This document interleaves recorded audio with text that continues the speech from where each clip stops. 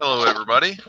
This is Matthew Gillum with the UAG. I'll be running a game for Naheb. This will be part 2 of Road to Redemption. And if we would, everybody introduce your characters, starting with Javier. Hello everybody, I'm Javier and I will be playing again Silver Leodom, a high elf, a pale looking wizard that's been, trying to do his best to master his arcane powers, the fight against evil creatures and forces that seem to want to disturb the peace in general around Illumina, and has been assisting Mehab in a quest to try to kind of lift the curse from this whole paladin and see what comes out of it. All right. And Naheb or Christopher. Yeah, my name is Christopher. I'm gonna play Naheb, the Exile, the Javelin Master, the Chosen by the Draw, and he is the Minotaur, Fighter Brute, and a Sorcerer, level 1.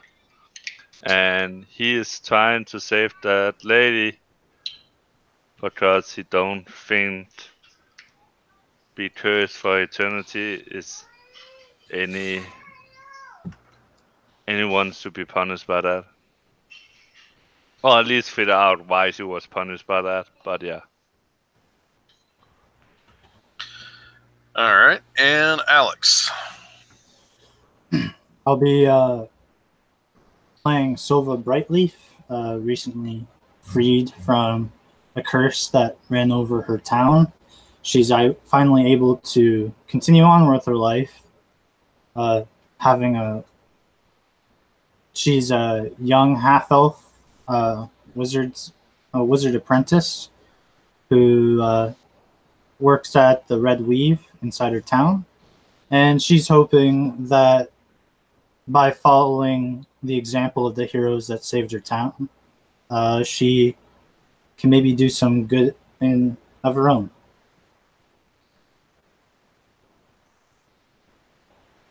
Awesome. So looking forward to you playing her. All right. Just to make sure, our characters, she don't know us, but we know her. I know you saved my town. And we know we have seen you before. We have seen you before, right? Or your face, at least. Well, I've seen you in town, and I know you saw me in town, but I've never met you beforehand. Okay.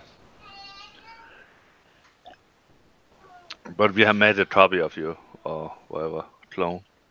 Who'd make a copy of me? Who? I mean, just as player knowledge. We have met you before, but not as you, but as a clone thing? A future or past? I'm not going over this again. If you still don't get it, I'm not going to explain it a third time. Okay. Was her ghost.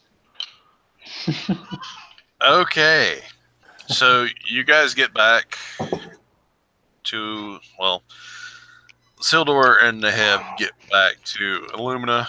They've got this large mirror. You've read the inscription on the mirror. You know how it functions. You know you have to take it to a holy place to have it to activate. You stop by the UAG.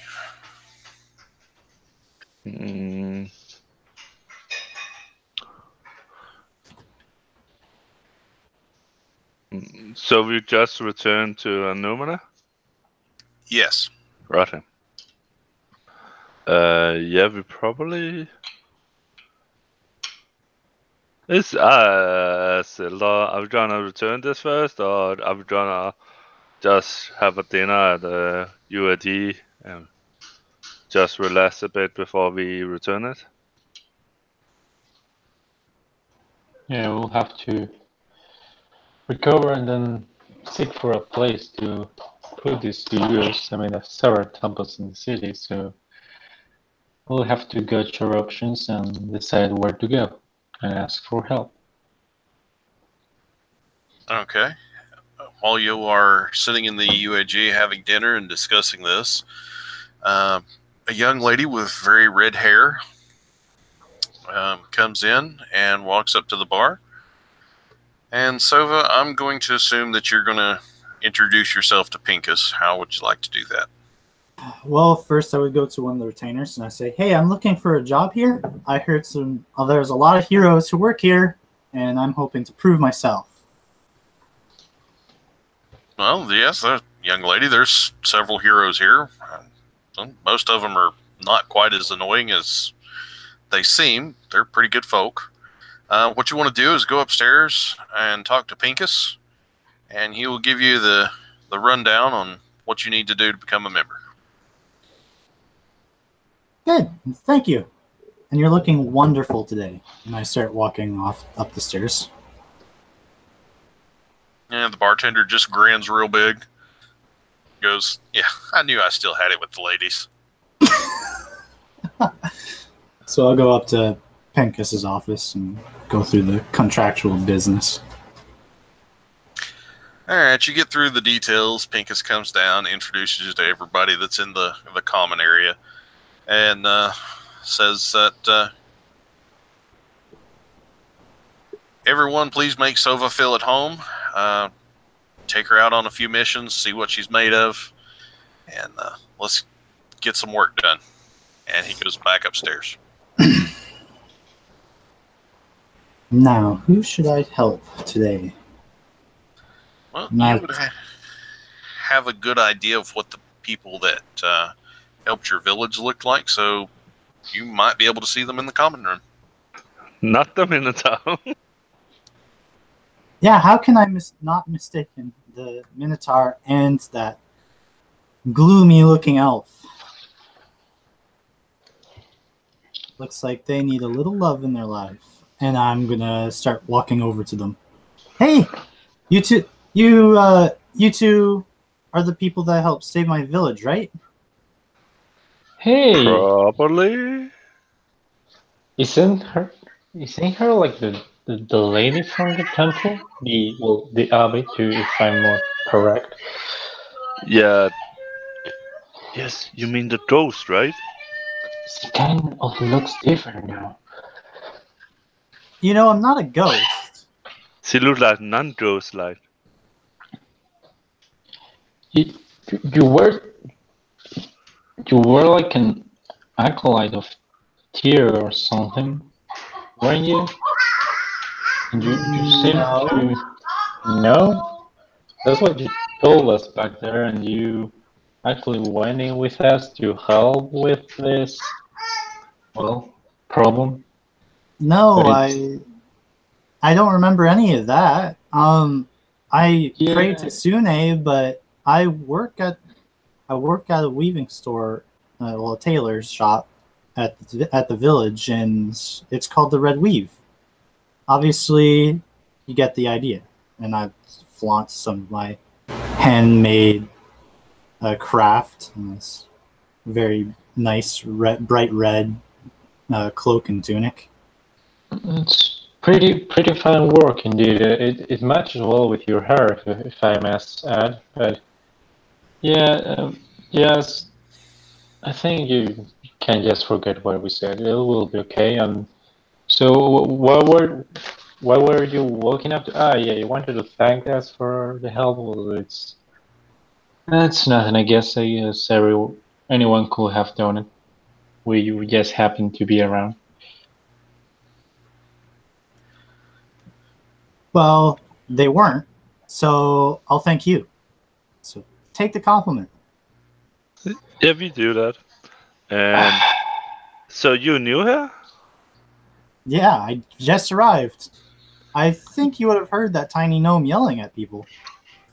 Ah, yeah, I was drinking, so didn't hear that much.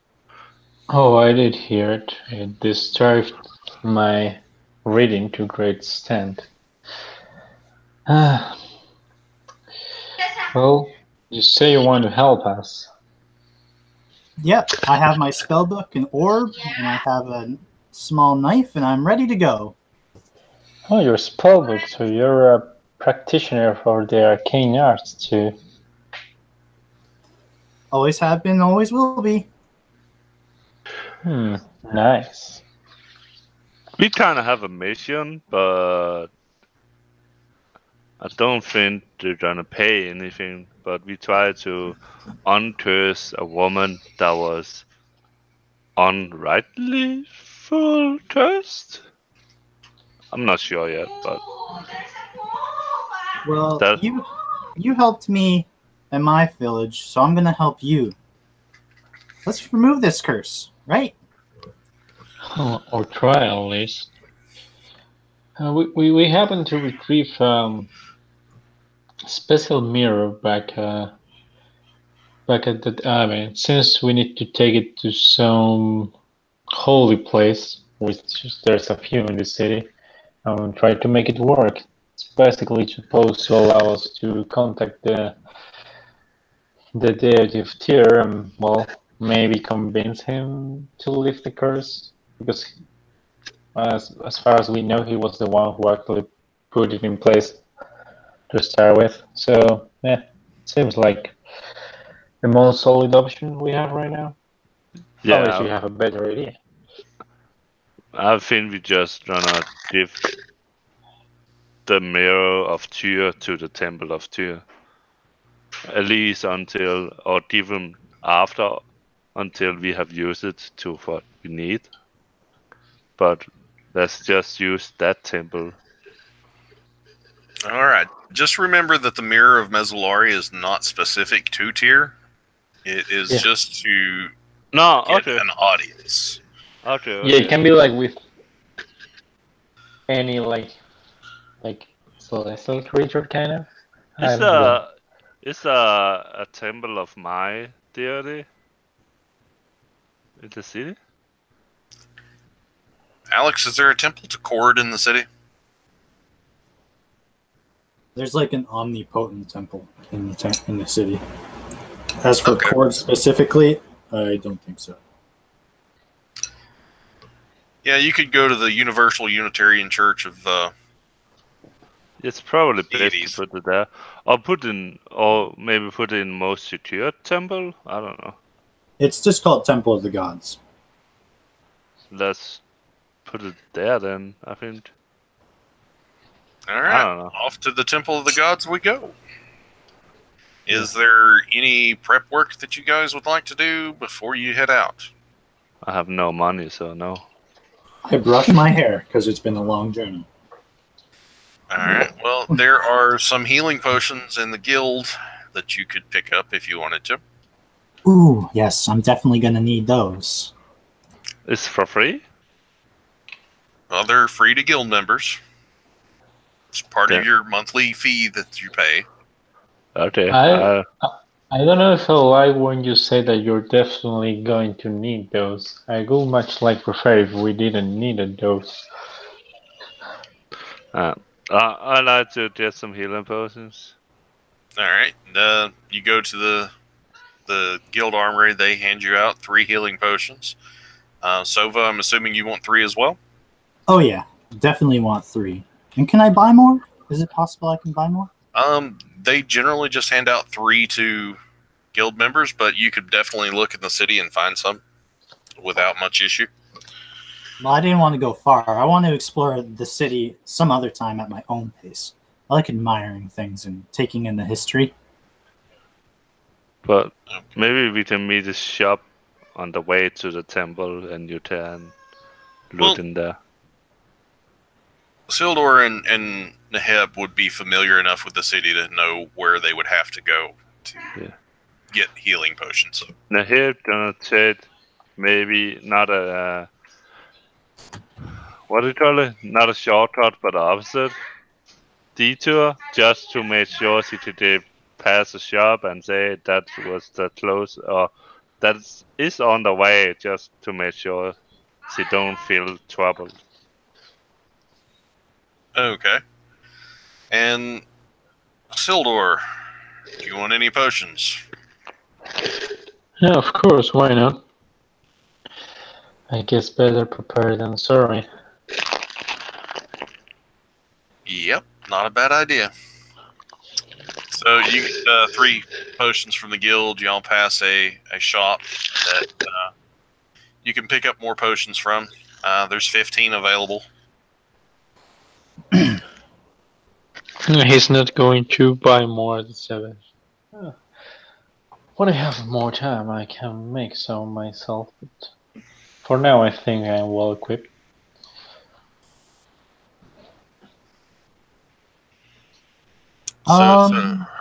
Excuse me, sir. How much is a healing potion? They're 50 gold a piece, young lady. All right. I like the sounds of that. But you know what would be a little better? If you sell me some for about 40 gold each, that make this little lady very happy and feels a lot safer around the city.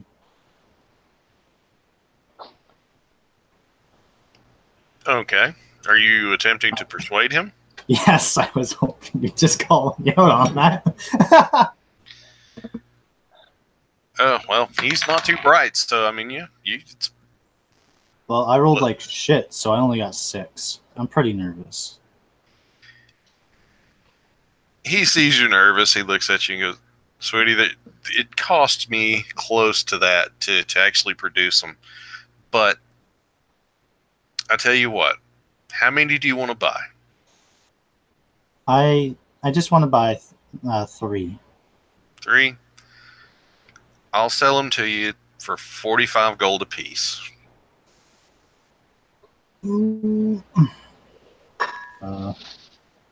I don't think I can buy 3.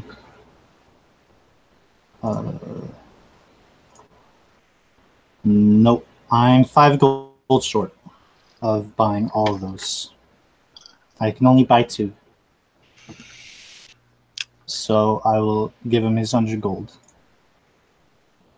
for the 2. He'll give you 10 gold back. I said 45 apiece. Thank you. I live in a small village, so I don't really know how it is in the city. Well, you'll find that not everybody is so eager to take a discount. All right, so moving along, we head to the church. Yeah. Nahib gonna ask Sildor about he to lay out for a backpack to him. So he go what? So I could get a backpack. You want a backpack? I don't have a backpack. Why you didn't have a backpack? Didn't you have one? It just disappeared. Just disappeared. Yeah, Why? you see me, I don't have my plate armor anymore either, so. What happened to all your stuff? You always carry around quite a hoard with yourself. Yeah. Something bad happened and yeah. And I returned without my stuff.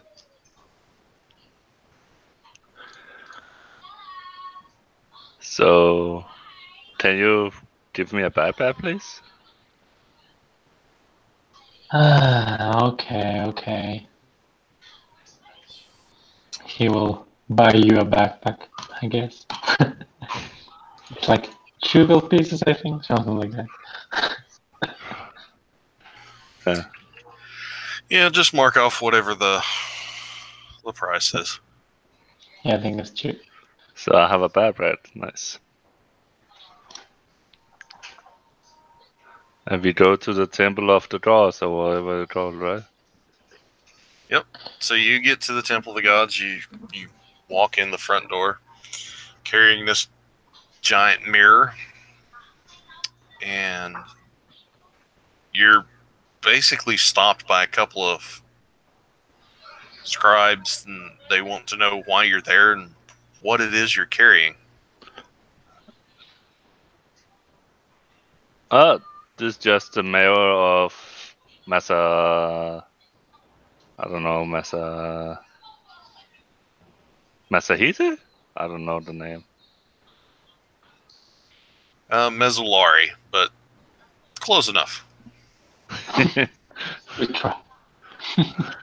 Yeah. All right, We so found this and we just want to use it and we need a holy place, so we think put it in a holy place as a neutral for every gods. It's probably the best.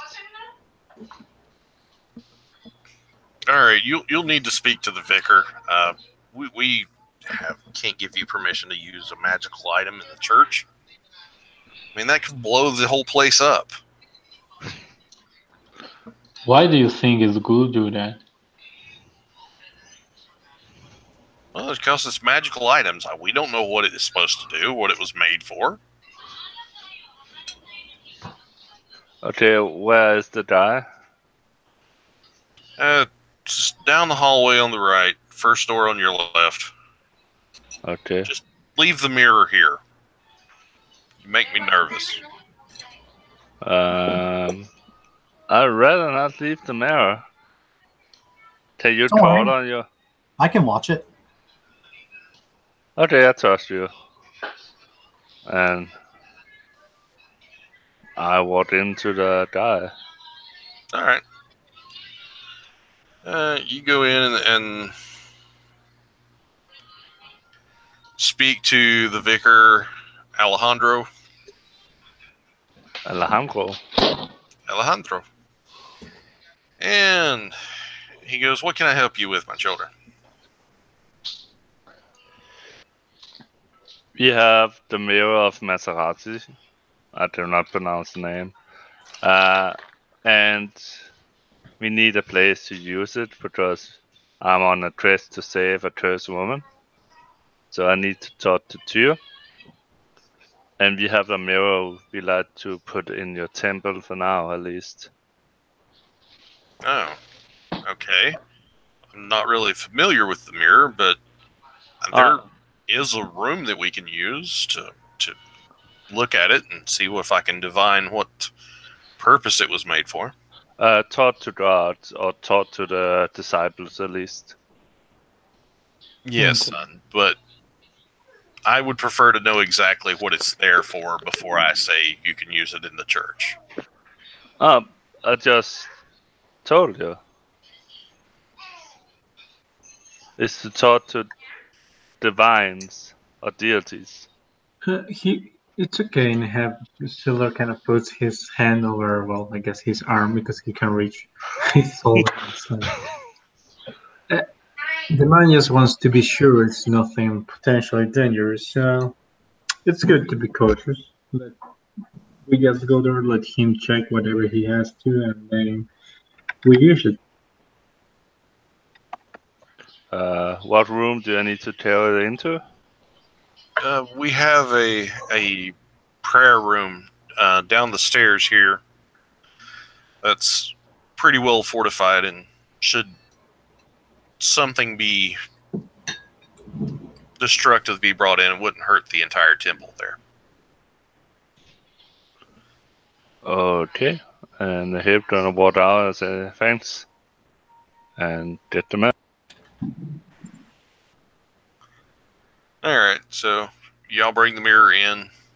The vicar meets you downstairs. There's a couple of priests there. And so he's inspecting the mirror, looks over it, and he's like, okay. He's like, I understand what it's saying. He says, yeah, you can use that here. Shouldn't be any issue. Excellent. Well, Neheb, you should have the honors. I'm gonna... How high was the mirror? It's 6.5 foot tall. 6.5 foot tall. Neheb, go to the mirror. You probably kneel down on one knee because he's too high else. And he gonna try to activate it. Pray to call, I believe, or something like that. Okay. Do I know how to activate it? Well, there's instructions. Can you read Celestial? If that is abyssal, I to do it, but no, I cannot. Oh, I can read it. Okay. So it says to sprinkle holy water on the surface of the mirror and pray to the deity that you wish to speak with, and a messenger will appear. Oh, that's so simple.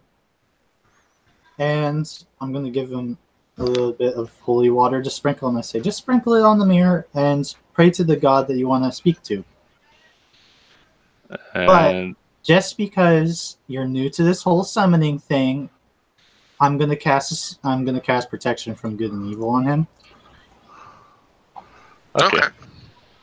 and I'm just gonna say you don't want any of those nasty demons or angels to manipulate you. Okay, thanks, my lady. And I gonna throw the holy water on it and pray it to Tyr. So you splash the holy water on the mirror, and the surface of the glass shines just ever so slightly. And you start to pray, and all of a sudden, do you have your eyes open, or you like got your head bowed, eyes closed, praying sort of deal? I'm looking. I bend my head a little bit, and down on one knee, but I'm still to see the whole mirror. I'm Okay. pretty high I got to be, so. Yeah, I was just mainly curious as if you had your eyes open or not. All right, so there is a I large. expect you to pray with open eyes, do you know? Or do you need to look? I don't know. It really depends on whatever custom that your deity prefers, really. Okay, but it's not my deity, so I'm kind of curious what's gonna happen. All right, so what is everybody else doing? I'm watching intently. I have this little journal opened up. I'm ready to take notes.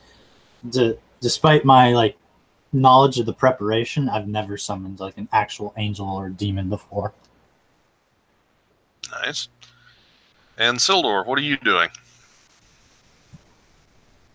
I mean, he's just like watching the process from some distance, a few feet back, being actually very curious about how this is going to turn out. It's quite a unique experience, and his way to look at it, so he really wants to see what's going to happen. Okay. So, like I said, the mirror shines a little brighter. All of a sudden, there's a giant flash of bright light. You look up. The mirror's gone, and in its place stands a large winged creature. Oh. At this point, I just want to say I did take out a notepad and ink and quill just to write down notes, but now I'm just stunned. That's not what I expected, to be honest. All right. So, if you all are familiar with the archetypal angel sort of look, you would recognize this as a diva or deva, depending on how you want to pronounce it. Diva? And he is Don't do this! about 6.5 feet tall, large white wings, sort of gray skin, and almost white hair. And he wears golden armbands and bracers, and carries a large golden mace. And he says, "You asked for an audience?"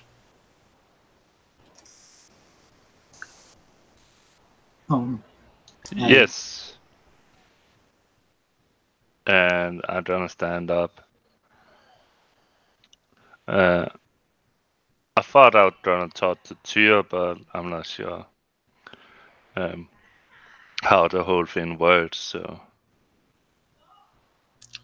Well, you use the Mirror of Mezzolari. It summons a messenger, and on rare occasions you will get direct contact. Tyr, knowing that you were going to attempt to summon him or be summoned to him, okay. contacted Ilmater, and Ilmater has sent me to help you. Oh, so you're a servant of all matter, not of Tyr. That's correct. And do you know why we have summoned you here? Yes, our wayward paladin who chose to follow her own path and was cursed. Well, I guess there's not much to explain then. Yeah, it helps to have a certain amount of divine knowledge of things. So, what is it that you want exactly? A way to uncurse her? Well, I mean, that's possible. Ilmater can intervene on her behalf with Tyr, but he is wondering if you all will even be willing to undertake the task that is set before you to do this. So you have a task for us.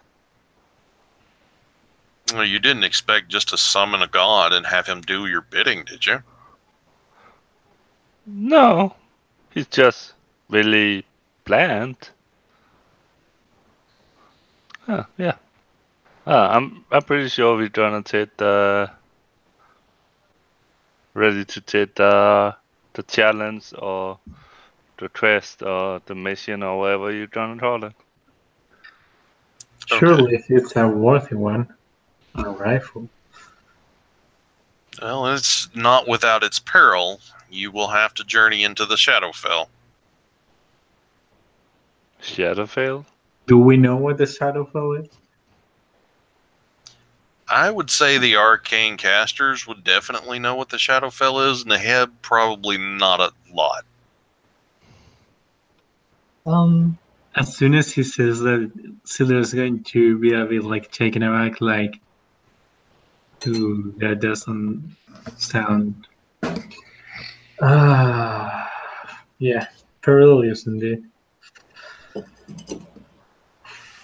How are we supposed to get to the Shadowfell without, just immediately falling over and becoming one with the dead? Well, Ilmater saw this to be a issue that you might have to overcome, and he has made contact. And Alex, I can't remember her name, so I'll just take it.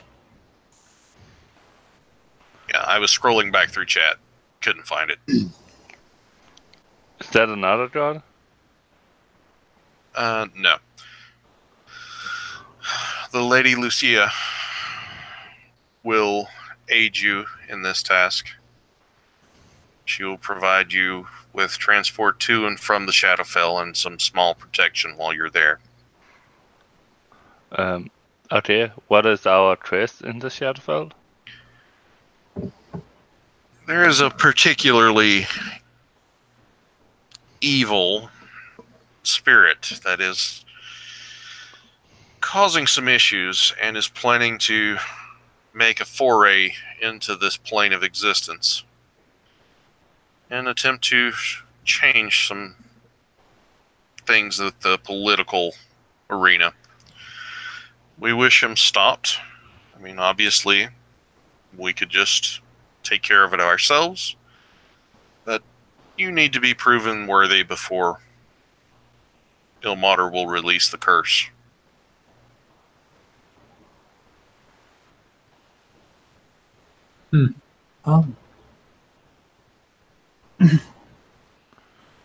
So let's do it. Okay. You not come here to turn around, right? I guess not.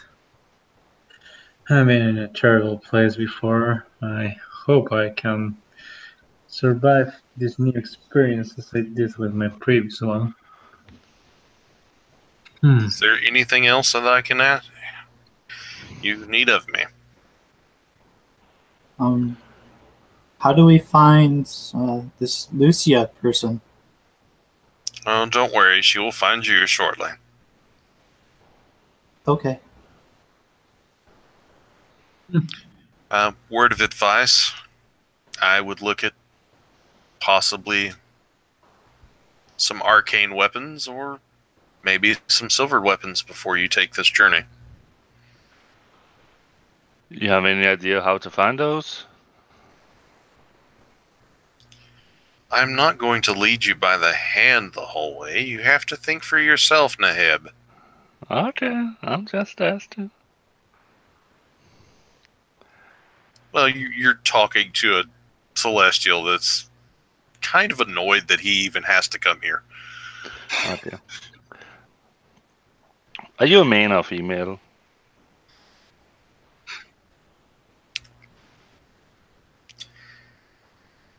I don't think that really is a concern.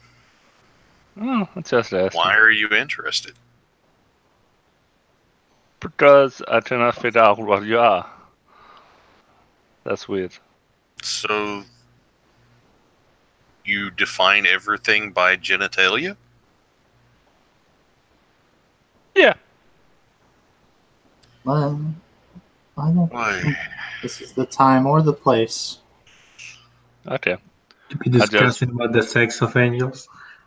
I just bend down and say, I think they're all what we needed, and bow down. Okay. Well, Lucia will let me know when the task is complete, if you all survive. If not, then it just wasn't meant to be. Will you take care of this threat, if we fail on defeating it ourselves? That will be entirely up to Ilmater, but we'll see.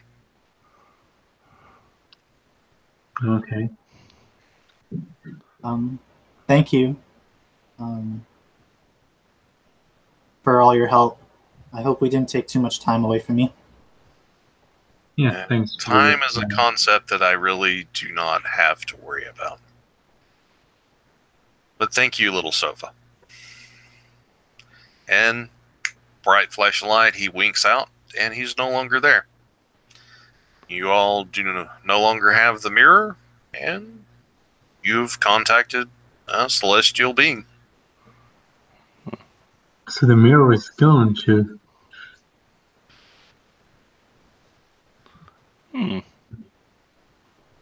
If you all are actually outside of the game, if you're curious about the mirror is basically a item once used. It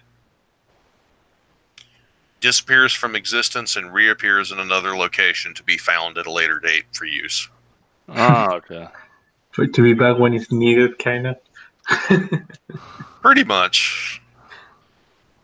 It was one of those little odd items that I came up with, so. Yeah, there's some items that were like that, I think, in several lore. It's interesting. Alright, so what do you guys want to do? I guess we'll have to prepare. I mean, she gave us a piece of advice. It will be probably quite unwise not to follow it, and I guess then we'll have to meet this Lucia, or well, she will meet us in time. Yeah, let's find some weapon then.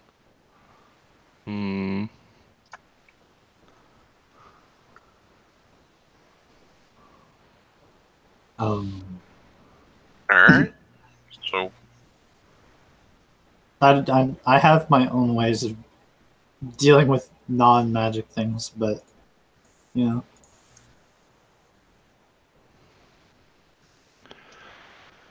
Yeah. I'm basically as ready as my character can get. I don't have money, so I'm pretty screwed. Um,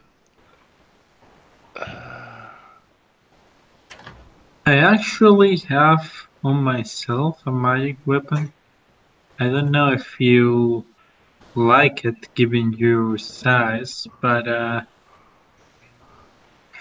it's the only one I have. what do you have? It's a simple sword bow, but it's just magically enhanced. Was given to me by but by by Flash. He said he didn't have a use for it, and I think it's always to have a fallback option, I guess. And you could use it for now. I don't know. So it's pretty small for your size, so I don't know how that will work out for you. Maybe I go to the Guild Armory? Let's see what's in there. There's a Great Axe and 2 scimitars plus 1.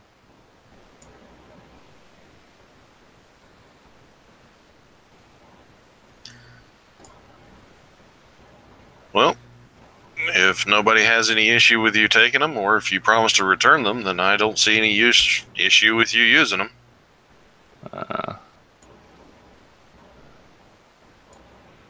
So probably the Great Axe. Okay. But I'm better with a one-hand weapon. Decisions. Yeah, I'm gonna take the scimitar instead. Alright, so you guys went back to the UAG. Neheb's in there fiddling in the armory. And in through the front door, Lucia walks. And she sees Sova and goes, "Ah, little one, I was sent to give you aid." Oh, thanks. Who are you? I'm Lucia. Oh, yes, thank you for coming. Please have a seat. And she'll sit down at the table. What are you here to help me with? Well, I'm to transport you to the Shadowfell and protect you magically from the ravages of the area while you're there. Should I get everyone else? Yeah, I think that's a good idea. Let me go get them and I'll be right back. Such a sweet child. Or you can come with me if it's that important. Whenever you all are ready, we will begin. Okay, I'll be right back, and I'll go run over and find them in the market or in the armory. Like, hey, she's here. Already? They really knew where she had to go. Well, guess we are not difficult to find anyway. Have you gotten what you came for, Neheb? Yeah, I have it.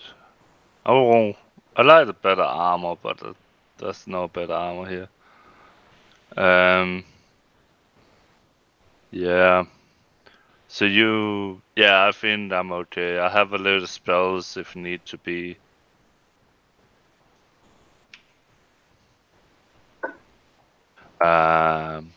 So yeah. Okay. So, Alex, how would she transport if you want to take over for Lucia and just pop y'all into where you need to be? You're going to be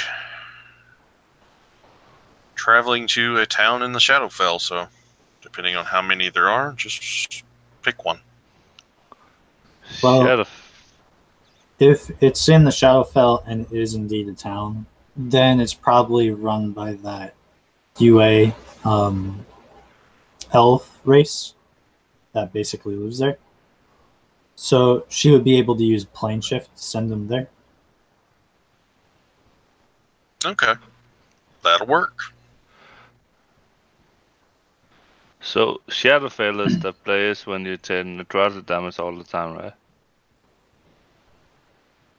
Normally. Yeah. Yep. Okay. But this place. Silver will ask her, is there a limit on how much time we can be there? Like that you can maintain that protection of yours on us? I would prefer not to be there more than a few days. Well, I hope we will be far less than that.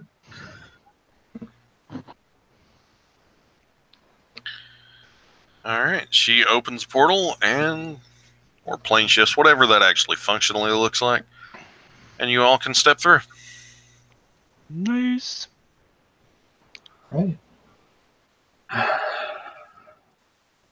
Let's go, I guess.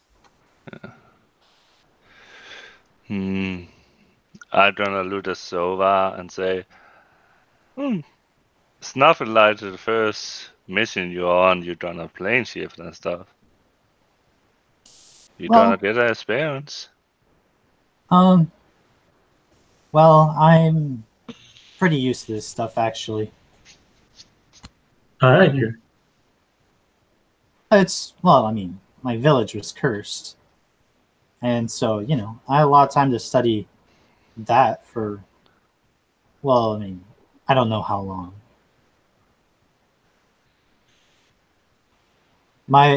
There was always someone telling me, like reminding me about all my research. So I had actually done a lot. Or at least that's what she says. Who says that? I don't remember. Okay. All I know is that before I forgot everything again, she wrote me a book and then gave it to me. Okay. And that's how I was able to practice all the magic I know now. Cool. Seems like maybe it was like that other version of here.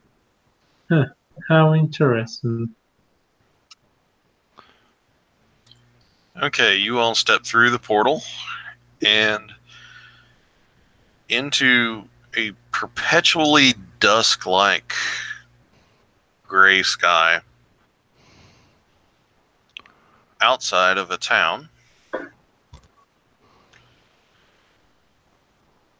And Lucy is there. She says, I can't really help you while you're here. I'm just going to be here to protect you from dying and becoming one of the undead. That sounds very important, so I won't ask any more from you. Well, I was actually going to ask something. How can we actually find this evil spirit that we're supposed to stop? Do you know anything that can be of help? Yes, there's the spirit you're looking for is in a forest to the east, about a day's journey, and he will not be easily taken. He has such machinations against the living that reaches far even into your realm.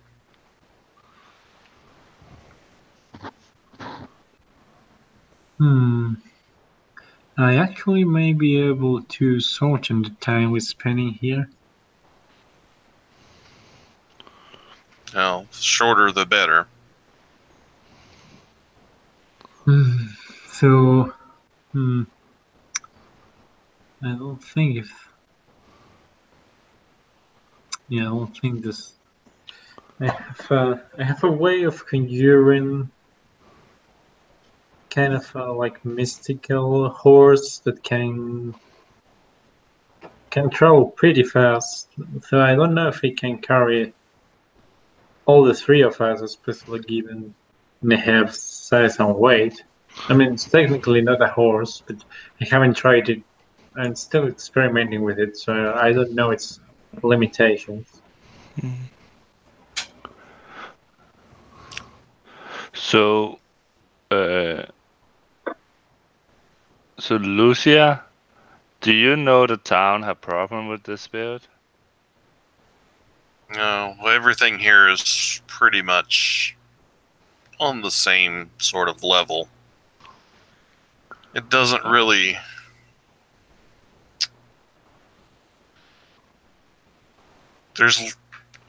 It's battles for whoever's the strongest. Hmm. One will enslave the other. Okay. Yeah. Nahib don't allude to others. We have maybe two options. Maybe we should hit that town to help us, or at least get a reward to remove it or something like that. Or we should just go and try to do it without interfere in other part of this world. I think it'd just be easier if we went looking for it. I mean, maybe we ask the locals about the dangers that the forest might have, but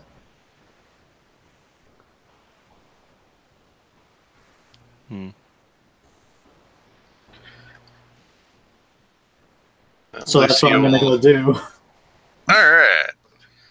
So, Silva, you go off into the town. Anybody in particular you're looking to talk to, or is it just the first person you come to? I'm looking for some sort of guard, maybe. Yeah, you can find a guard fairly easily. Hi there. What do you want? Sorry to be bothering you. Me and my friends, we were planning on going to the woods to the east, and I was hoping that maybe you knew something about the forest. Yeah, there's all sorts of things there that you don't really want to mess with. What do you want to know? Well, I was hoping to know what we should look out for in particular. Like maybe there's an undead monster that we should avoid, or maybe a river that we can't go into. Yeah, there's a river that runs due west of the forest, but there's a bridge that crosses it. Occasionally there's an ogre or an undead ogre there. Main thing I would worry about would be the will-o-wisps. They just creep me out. Just whispering all disembodied voices, just floating along like there's nothing there. Oh, and do you know what they can do? Yeah, well, you can't. It's hard to hit them. They just, things seem to pass right through them if you don't get a really good hit. Sometimes they go invisible. That's a big deal. Yeah. Big deal. They're not that bad one-on-one, but if you get in a group of them, it really can be quite dangerous. So how do you deal with them? And it's simple. I don't go into the woods. That's fair enough. Is there anything else you can tell me? All kinds of things. If you're going to the woods, you're going to run across Casbeth. He's kind of the big deal there. How so?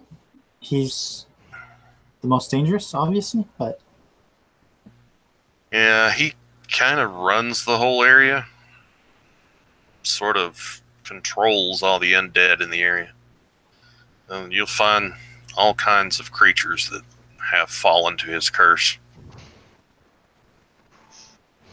He can curse people too. It's not good. Yeah, he passed through here years ago and just sort of settled in the forest. Things have not been right since. Well, what would you say would happen if someone were to get rid of him? Yeah. Well, the town would be grateful.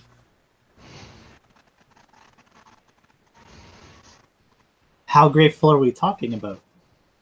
Oh, so you're one of those adventurers. Well, I mean, we're going to go there anyways. I think that if we're going to go and risk our lives, we should at least get a little something. I'm not asking for, like, your entire village or anything. I just mean some things to make sure I can get by. Well, the village pays a tithe to Casbeth, so he doesn't send his undead hordes into the village anymore. So, more than likely, he has quite the hoard of gold and items that might be useful to you. That would be quite the reward in and of itself. Oh. If you Yes, survive. Yeah, that's definitely true. Oh, thank you for all the help.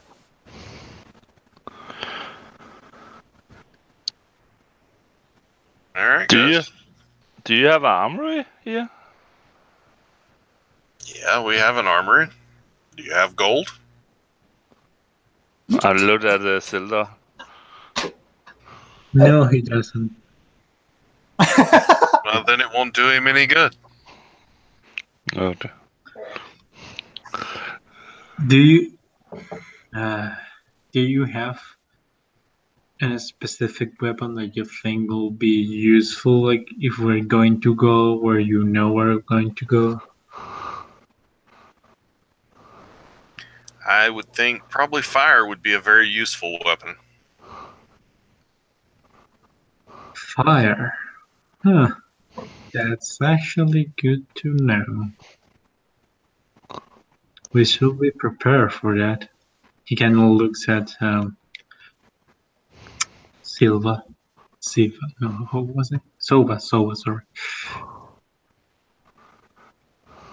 Oh, yes, especially since that's my specialization.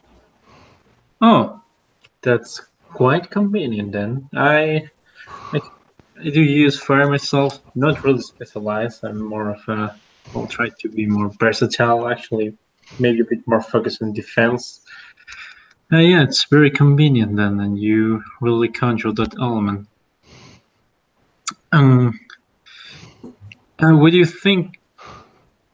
There could be something maybe that we could get for this fine gentleman here that could help him with this fire you're speaking of. Anyway, he could, I don't know, do you have any clean hands weapon that could be useful? That could be blazing or something like that? The guard looks at you and goes, "He's already said he doesn't have any money. What do you want to do? To give it to him out of the kindness of my heart?" Well, he doesn't have money doesn't mean that I don't have money. Well, that's a different story. And he looks Naheb up and down and goes, "That's kind of raggedy looking armor. Yes, Weapon's not bad."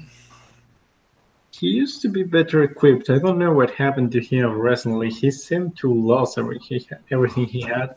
I guess some gambling or something stupid like that. Yeah, that happens to the best of them. And you can go down and talk to old Bjorn. He may have some armor that might be useful. I don't really know what would be of use to you other than possibly magic weapons. Okay. Well, thanks you for your assistance. I guess we'll head there unless we have any other questions for this fine gentleman. No, I think he has been a tremendous help. Oh, I indeed agree. All right. So, are you going to head over to Bjorn and see if you have enough money to buy some armor? I guess.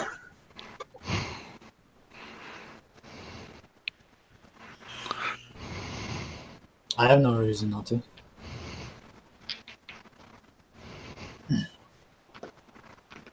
I don't have that much money anymore, though I burnt a lot of on scribing new spells.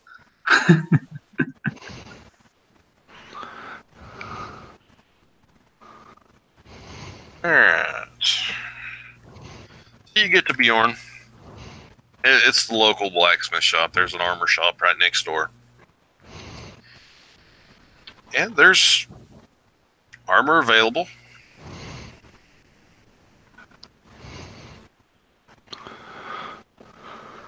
What are you looking for? Well, we're going to the woods east of here, and this gentleman was a bit ill-equipped for that task, or at least we felt that way. I don't know if you had something that could help him fending off the undead we're likely to face.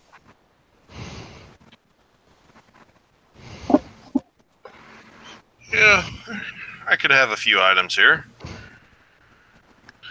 Good armor is always useful. See, the weapon he's carrying is not bad. No, not bad at all. Alright, so, Neheb, what armor are you wearing currently? A chainmail. Chainmail? Yeah. Let's see here. HP. Let me pull up the equipment section. Let's see. You'd definitely be able to find a shield without any trouble. And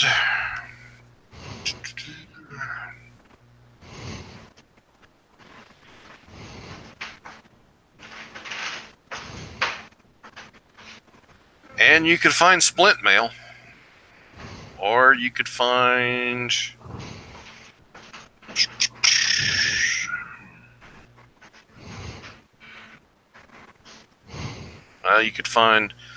scale mail, breastplate, half plate, or splint mail.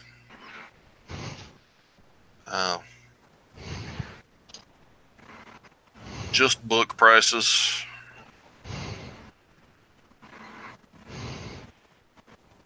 And Alex, I sent you a question when you have the opportunity to look it over. Well, are you interested in any of this, Neheb? Just give me a shield, so don't use too much money. I can probably buy something when we jump back home. Well, you can always pay me back.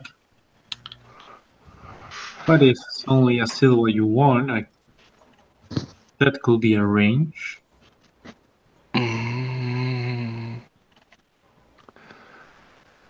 Let's see. So you can definitely pick up a shield. He has two different ones. He has a round buckler and a large kite shield. The kite shield is a +1, and the buckler is just a standard shield. Or so he tells you, anyway. Just buy the butler then. I'm not gonna use too much money. We heard he have a lot of money where he was, right? Then I can buy the stuff when we get home. The right stuff. So All just give me a butler. I'm not a big fan of shield, so a butler to hit with.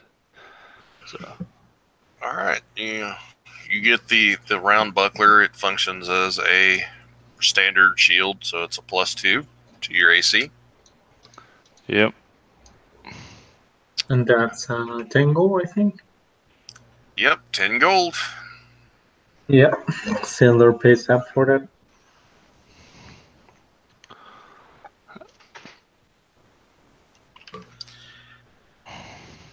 All right. Okay. So, Neheb, you put the buckler on, I'm assuming? Yeah.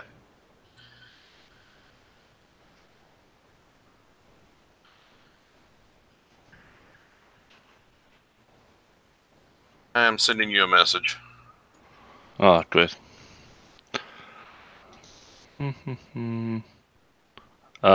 Distro. Yep, on Discord. Okay.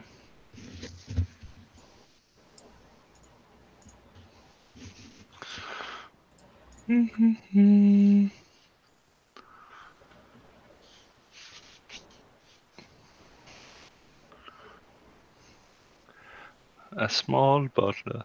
That would look stupid with a fucking giant minotaur with a small butler. Yeah. All right, so you all collect the shields.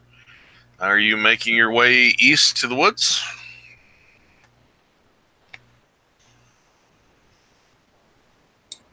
I don't Yes, see yeah. why not. Sure, let's do it.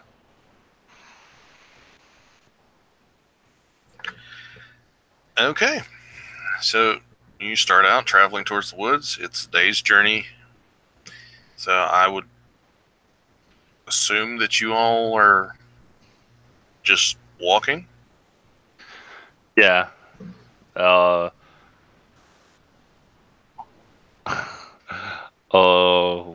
yeah. Unless some of those have some kind of magic to help us, but I don't think they have that. All right, so you're heading along the road. Every once in a while, you see in the distance that there's lights that pop up over the fields. They wink in and out of existence. I'm gonna cast Mage Armor on myself.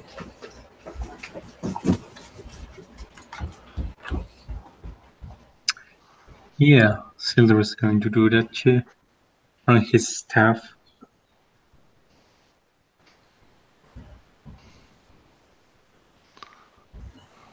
So there's supposed to be some sort of bridge that comes up before we hit the forest. Might be guarded by what I think might be some sort of undead ogre. So just keep an eye out for him.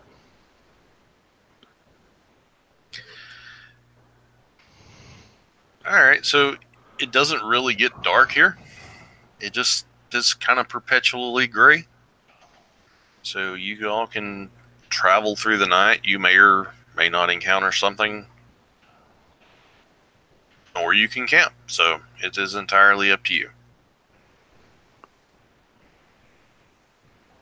I think the first 2 watches should be done by us while Sildor trances, and then the rest can be done by him. Sure.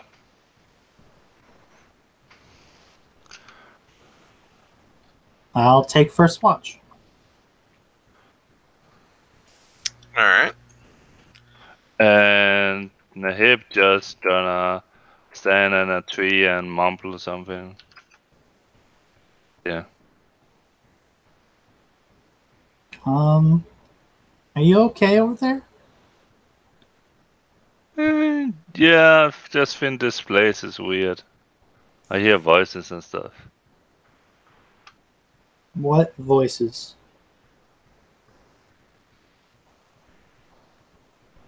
A voice in my head? Oh. Should I tell Sildor? I think when I'm fall asleep, I think that's be okay. Okay. Yeah, you said you also hear voices, right? No. You told No. us there was someone to learn you to. Oh wait, That since was when because you I hear was. voices? Since we entered this plane?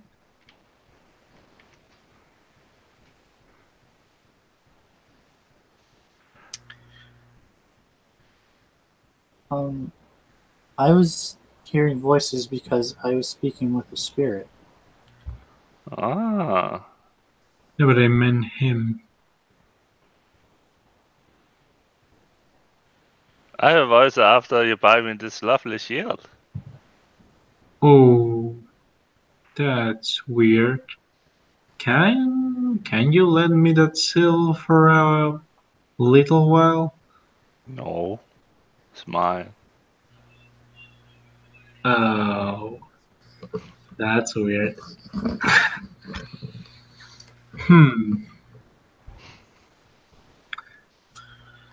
I'm going.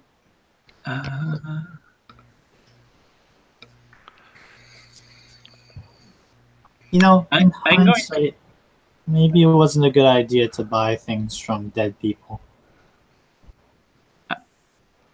Sildar's going to try to cast Dispel Magic on the backlog.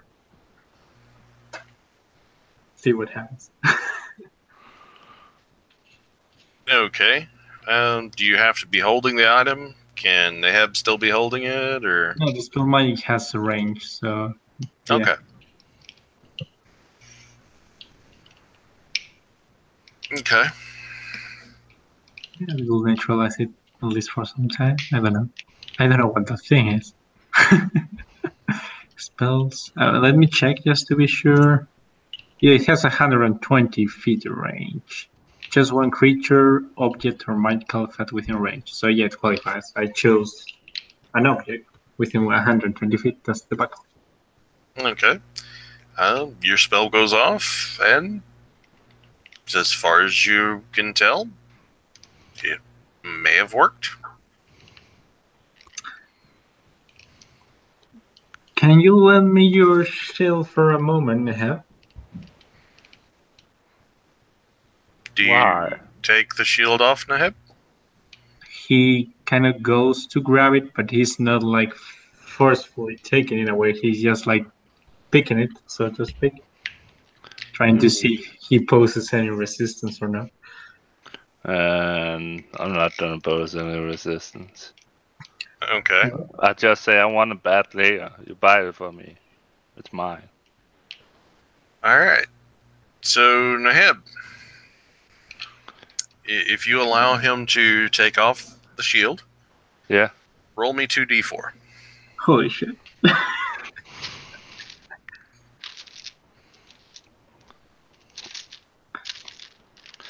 Yep. I rolled 4. 4. All right. You take 4 psychic damage. When I take this item, I'm gonna trap the shield out of him. Okay. Say it hurts.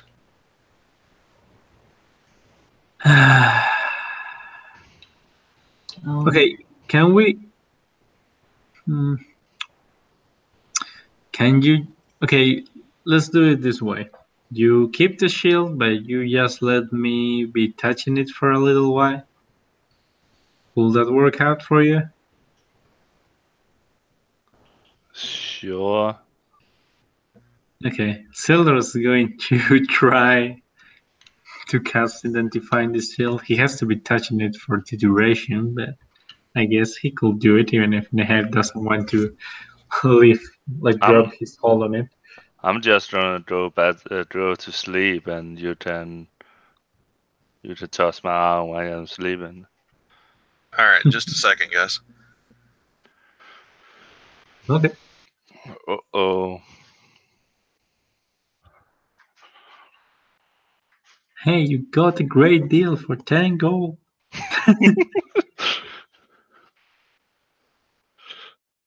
I can fly now. All right. Sorry. Wife came in to give me a kiss, and well, You I like you couldn't say guys, no. but I love her. So You failed your wisdom saving throw. Do I need to roll something? no. No. If so, you're casting Identify on the shield. Yep. All right. It is a cursed item. He And was. it is under a powerful curse. The Like- longer that he wears it, the more potential psychic damage he takes by trying to take it off. So basically, the curse is only that if he takes it off, it takes damage. Yeah, and he is going to eventually be possessed if he doesn't get rid of it.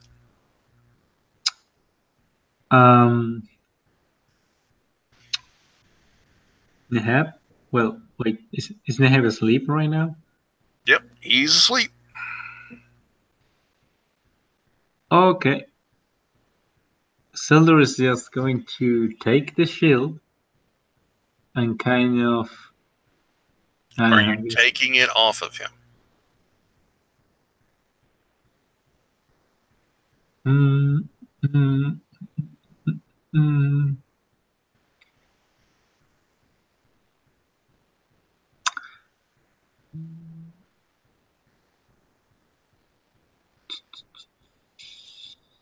I guess, yeah, he'll be taking it off of him.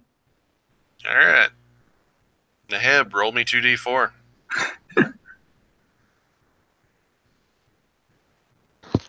8.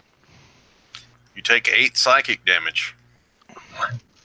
And Sildar is just going to start.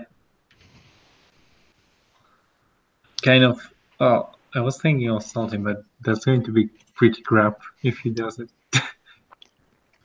Doesn't Nehab wake up when he does that? That's entirely up to Neheb. I would Yep. say taking damage would wake him up. Yeah, I probably wake up. I read the bull, whatever that hit me. But I did not see anything. Nehab, I just discovered this shield is going to hurt you more and more the more you will it. So it was a terrible idea to buy it. We have to get rid of it. I'm sorry. I don't have a shield. Oh, But it will, trust me, it will be worse the longer you hold it. Oh, think it can it's even- going to be worse until remove curse. so I'm still cursed. I can technically prepare that for the next day, I think. I don't have it prepared, but I think, do I get it as long as you? I know, but I didn't learn that yet, so no, never mind. Nehib gonna still try to get the shield, but not forcefully. Just when Silla is not looting, try to run and did it. All right, just so Sildar is always Sildar looking, he's understands. alert. Just so Sildar understands the reach of this curse. If the shield is removed from Neheb, he takes psychic damage. But if he's not wearing the shield, each day at dawn, he'll take additional psychic damage until remove curse. So it's actually better to stay with the shield? Yes. Until you can get... Oh, okay. I didn't And know if that. the curse is not removed within 3 days, then there's a small chance that he'll be possessed. 3 days after that, the chance will increase. 3 days after that, it will increase. Until 5 days later, there's 100% chance that he will be possessed by the creature that created the shield. You mean 15 days after, right? Yeah, total 15 days. Yeah. I'm back. Well, I guess you can have it for now, but as soon as we're back, we gotta find someone to help you out and get rid of this. You can use it just for this mission. Okay? Why you buy me stuff and say I do not get it? Because I didn't knew what it really was. I guess I should have checked it in advance. Well, not to solve for the future. Okay. I don't say that I go to bed. Alright, you take it. Go to bed. No problem. So is this item magical or just cursed? It's just cursed. Yeah. Now, if you'd have picked the +1 item, it would have been cursed as well, but it would still have the +1. Okay. Basically, anything you functionally could buy from them was going to not end well. At least we didn't buy a big armor then. Yeah, that would have been bad. Okay. Because it would have had a cumulative effect. The more items that you have that are cursed increases the damage once you try to remove them, and then also increases the chance of possession. Yeah. So I probably rest without Zelda pulling anything off me and that's it damage then. Alright, so first watch. Make a perception check. Man, this dice is getting benched. That's a 2. Okay. Let me roll me a D100, see if you all find anything. Alright, yeah, you're good. Alright. Second watch. Who's taking second? Probably me. Alright, make me a perception roll. I roll an 8, so that is 12. 12. Alright, and whew, you just scraped under the bar on that one. Third watch. Where's the dice? Perception. That's an 11. 11. Alright, and let me roll. Yeah, you're good. You all made. Neheb got the closest to actually something happening. So, all right. So you wake up the next morning. It looks exactly the same way it did when you fell asleep, but you feel rested, so you feel like you've had a long rest. You recover any hit points that you've lost. Yes. Because of Zelda. Yeah. I'm gonna wait up and ask, are we ready to go? Alright. I'm changing spells around, knowing what I know now. Okay. I don't think. How many spells can I have? Oh. Well, while you're changing your spells, everybody gets ready to go, and you all start traveling along the road to the east. You still see the occasional bright light off in the distance. Nothing is really close to the road, though. After about 3 or 4 hours of walking, you've come to the edge of a bridge. It's kind of a moldy green stone bridge that goes across a very black, viscous-looking stream of some sort of liquid. It should be water, but you're pretty sure it's not a good idea to drink it. But hey, if you want to try, we can play that out. I'd rather not. Neheb, you want some water? I'll probably taking some water from Zelda's water stream if I'm trying to drink any water. Okay. So, are you crossing the bridge? You continue along your path? So, do we know I'm just where going we need to show. Is there happen to be an ogre zombie nearby? Hello? A question, so but does that tend to work out well for you? Because I don't find it a very wise approach, if you ask me.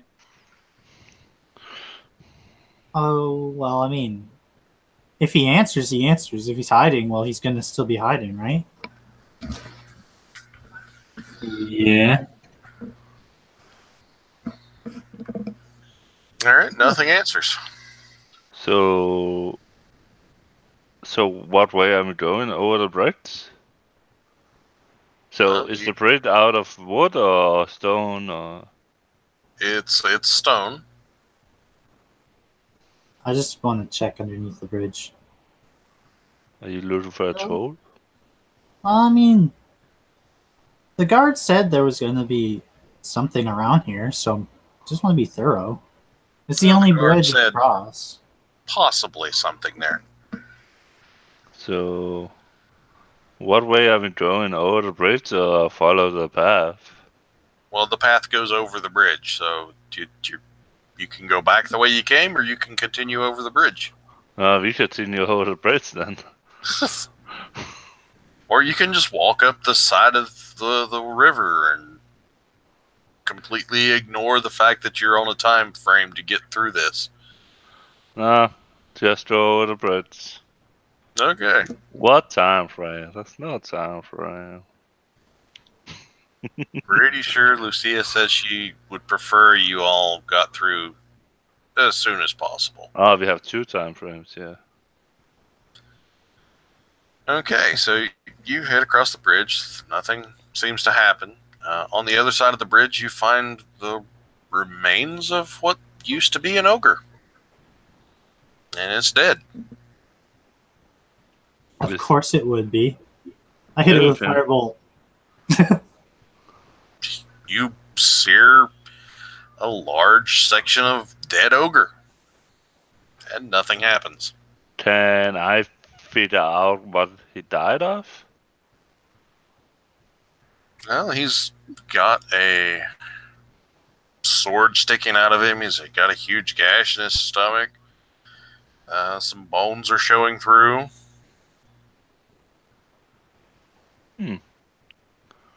So, it turns out that the dead ogre is actually dead. Well, that was what we were told, I guess. Better for us. I wonder what killed it, though.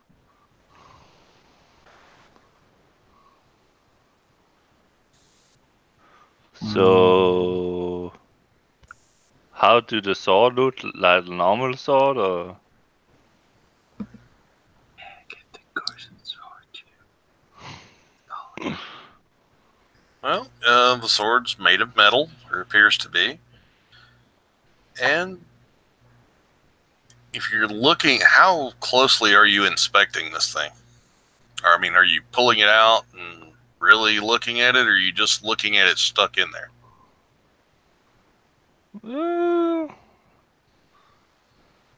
I'm not that smart, so I probably not tasted it, but take something to pull it out and see on the floors about anything, because everything I hold down here is fucking cursed, though. All right, so you pull this sword out. There's all kind of ichor on its blade. And you notice there's some odd letters that appear to be black. That's not cool. Silda, is this normal? I'm not trying to point. You look at it, and the letters, do they seem like some kind of language? Yep, they appear to be some sort of language. What kind of language? Well, does anybody speak Infernal or read Infernal? Preferably read Infernal. Not Sildar. I think Infernal uses Dwarven script. I taught Abyssal, but that is the only thing I'm taught. But Silver can, I mean, taking a bit of time, he could cast comprehend languages on himself Well, the if you don't mind losing the time. Abyssal and Infernal can share the same script. So, Okay, so he would Yeah, be but- able to read it. Doesn't mean yeah. that you understand it, because like a lot of languages share the same script. It doesn't mean you can read them. But I mean, I know what kind of language it is, at least.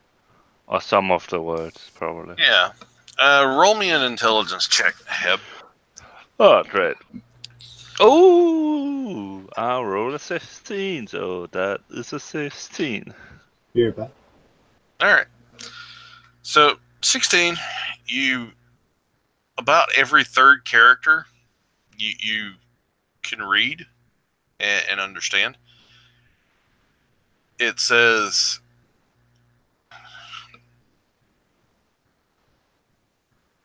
beware, flames, wrath is what you can read. I'm gonna say that out to Zelda.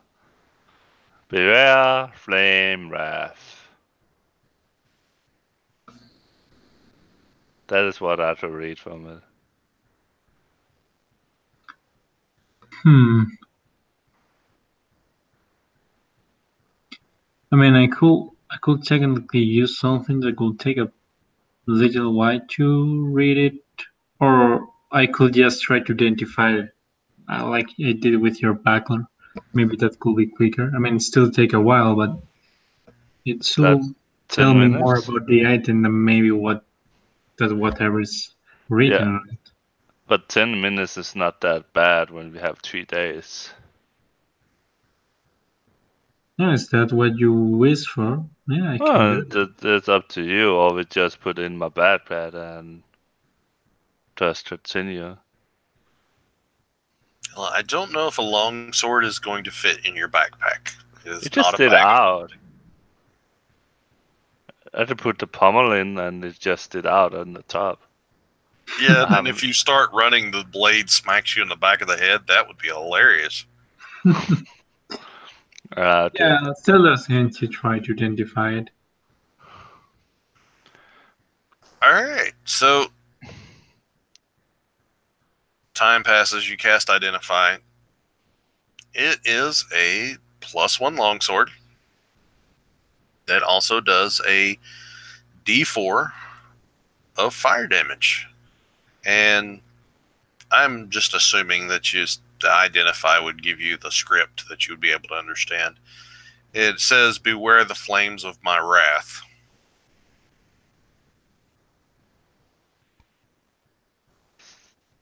And that's it? No curses or anything like that? No curses. That is straight up, that's the only thing. He will, after you see his eyes like shining a bit with this gloomy light coming from that, as he kind of passes his hand over and over the blade, and after the minutes pass, he kind of snaps back to normal and says, hey, maybe you could use it. This seems to be a fine magical weapon that actually it seems to burn its enemies. Given what the guards told us, it could be quite helpful against this enemy we're about to face, and doesn't seem to have any curse, unlike the buckler. So I guess cool. you could use it with a risk. Yeah, I'm just trying to wipe it off and put it in my hand. So it's longsword +1? It's a +1 longsword that does an additional D4 of fire damage.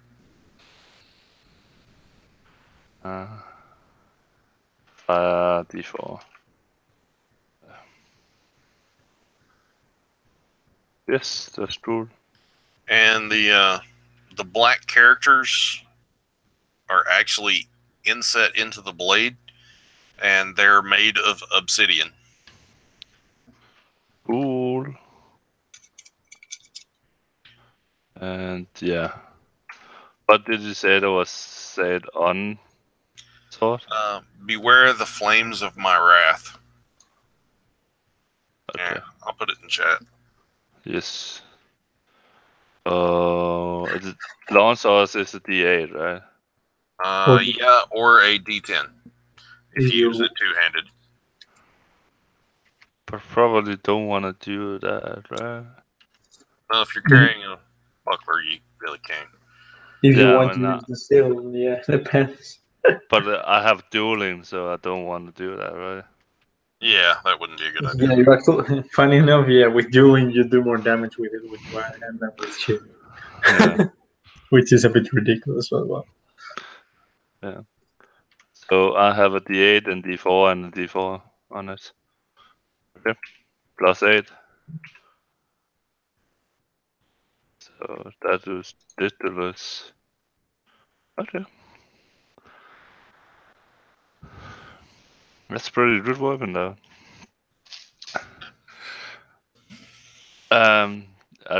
Is there anything else on it? It's weird the sword was just stuck in him. No, that's he has his large morning star, but it's just a standard morning star. I wonder what happened to the wielder of this sword. Doesn't sound like the kind of thing you just left behind. And whoever it seemed it was victorious on his encounter against this creature. Yeah. It could be. Yeah, do If you all he want to was look for him So what? or her? I said, do you want to look for him or her? Yeah, sure, but we're waiting on. Because we should do Yeah, that. actually, While yes, we would like to look around a bit, see if there's like any other corpse around that could fit someone that could be wielding this sword, because it feels weird for him to find it like abandoned like that. Yeah. All right. Well, you both can make survival rolls if you would like to check the area.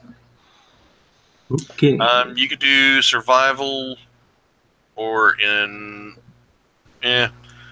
survival or investigation. Ooh, Uh, he's going to do investigation. I don't do survival, but that's investigation. I saw that. I rolled a 19 on the die, so that's 23. 16 for Sildor on investigation. All right. So, Sildor, you're going to. I'm assuming, which direction are you wanting to look in? Are y'all staying together? Or are you just searching?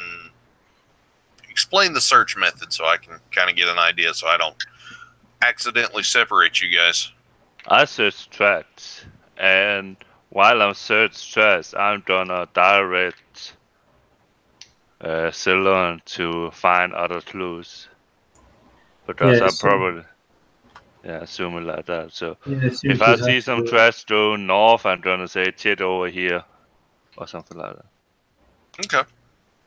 Yeah, so will kind of look like try to think logically and try to basically Neheb is showing him like maybe the mind directions to try to kind of look around and try to see if he sees anything or I think he described it pretty well. Just look for anything that could be indicatory that something has gone that way. I don't know, or maybe even the sword was like abandoned. Maybe it was whatever was wielding it was like pushed away from it. So maybe some landing mark of someone that was pushed away or something like that. Blood splatter or whatever it is. Yeah. All right. So there's definitely blood on the mace, or on the Morning Star, I should say. And with those rolls looking around, you would see on the northern side of the road, you would see almost drag marks heading down towards the water. Oh, And laying in the edge of the water is the remains of a humanoid creature. are we gonna pull it up to tear it out? I'm not gonna tear it out down at the water. Does it look does it look like old remains or like more fresh ones? It's fresh. Probably no more than a half a day old. Can we take it out out away from the water? Sure. Neb's Yeah. pretty big guy. He can drag the body up there.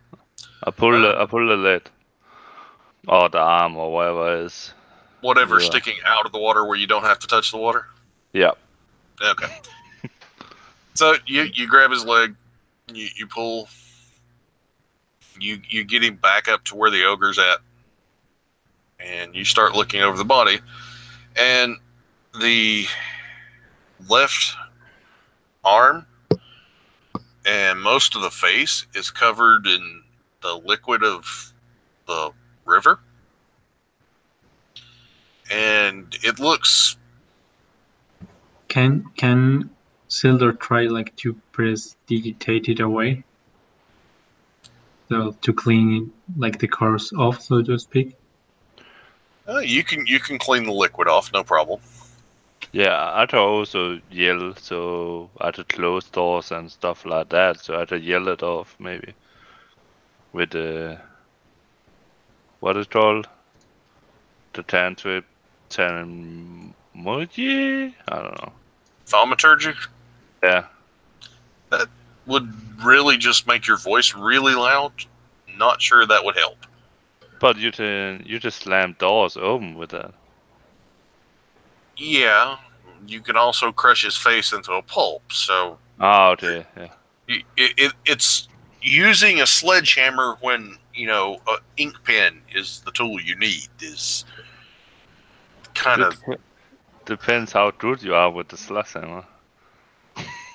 Hey. That's right. When your tool is a hammer, every problem has to be adapted to be a nail. Yeah, that sounds like a blacksmith thing. Alright, so you prestidigitated off his entire body area. You clean him up. You notice that the line where the water was at, the lower right side of his face looks like a dark gray skin color, and the upper left where the water was at, it is almost burned, almost black. It's like if the water itself was giving Sildar is an alchemist himself. Does this look like some kind of acid or something like that? Yeah, Or does it work like an acid? it would work like an acid, yeah. Yeah, by the looks of it, we better not fall in this water. So you would recognize the features. Sildar, you're an elf, right? Hi, Elf, yeah. Okay. So as a high elf, you would definitely notice the features of a drow. Huh. He's one of those dark elves. I wonder what he was doing here. So he is wearing a set of chainmail and has a couple of daggers on his person. And he has a small bag. Yeah, let's just hit the bed and loot what is in there. Okay, can you describe how you're doing that? So, how is the body laying right now? Well, it's laying on the ground in front of you. Yeah, so is the bed under the body or over the body? It's hanging off his right hip. I gonna take my new sword and cut off the straps. Is that called straps? Strings, straps, that's close enough. Yeah. Okay. Cut that off and push it to the side and open with my sword, like easily to pull it up open. Okay. I have seen a lot of horror movies, so no. I have heard a lot of horror stories as a young one, so All I'm right. gonna be careful. You open the bag, and nothing happens.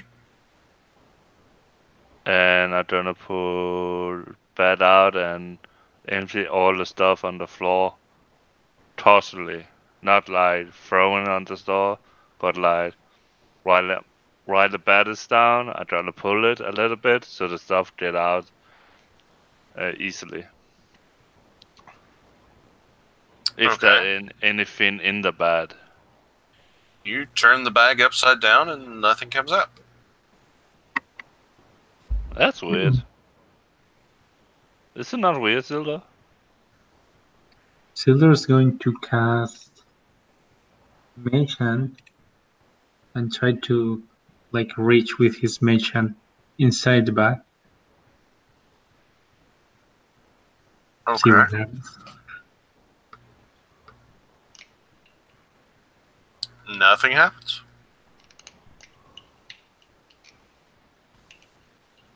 So a guy have an empty bag in the river. Okay. Can you? I think Sildar's is going to take the bag from the floor now.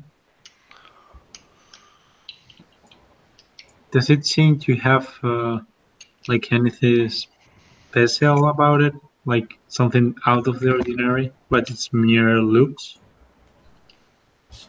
No, it looks like a bag. I wonder why will someone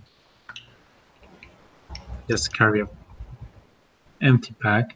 I don't want to point out the obvious, but it's probably because somebody took the stuff already.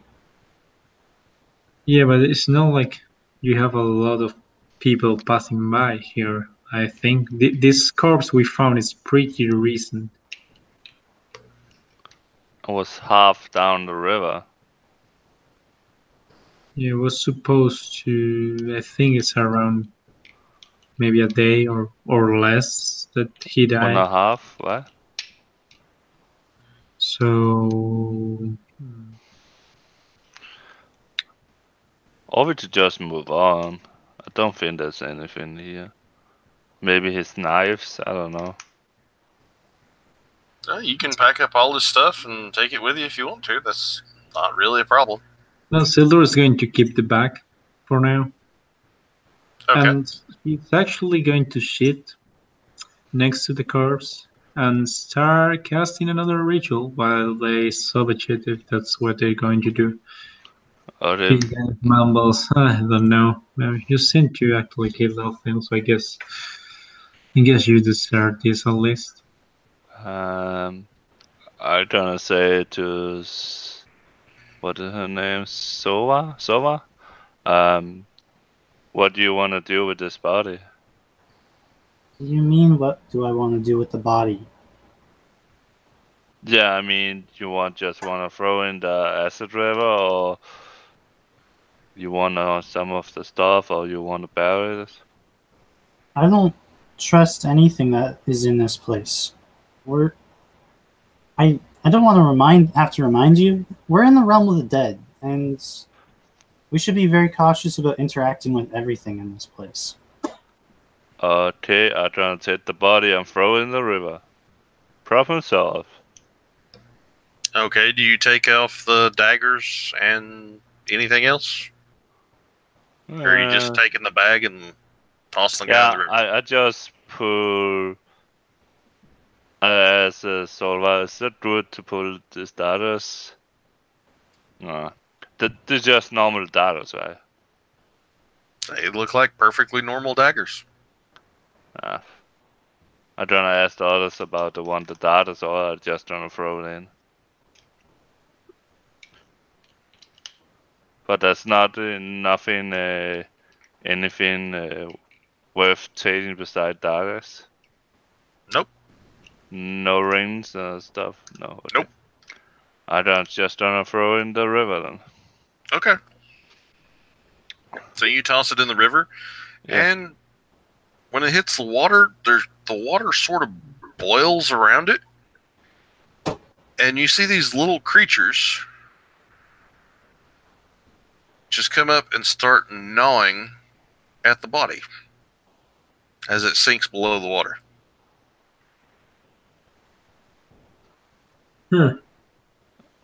Definitely No don't want to reason go in the river. Yeah, for double reasons now. Well, I guess we still move on. I will check the back further once we are out of here. Yeah, just put my bat in my empty bat. For now, I just let. Well, Let's Sildor see. said he took the bag, so.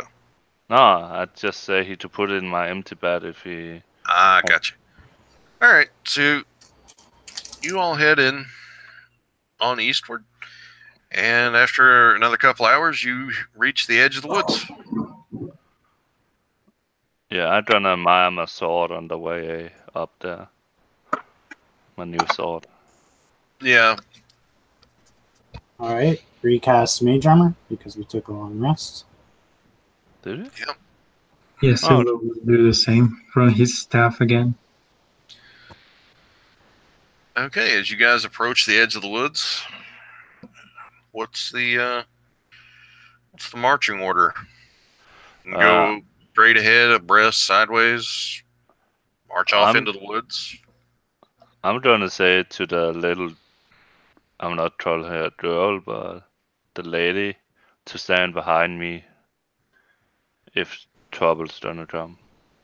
Sure, I'll stand in the middle. Okay, so you guys march into the woods there, and feel free to stop me wherever you want to. Okay. So you march into the woods. You surrounded by these large, gnarled-looking trees that don't quite look like they're alive, but they don't quite look like they're dead either.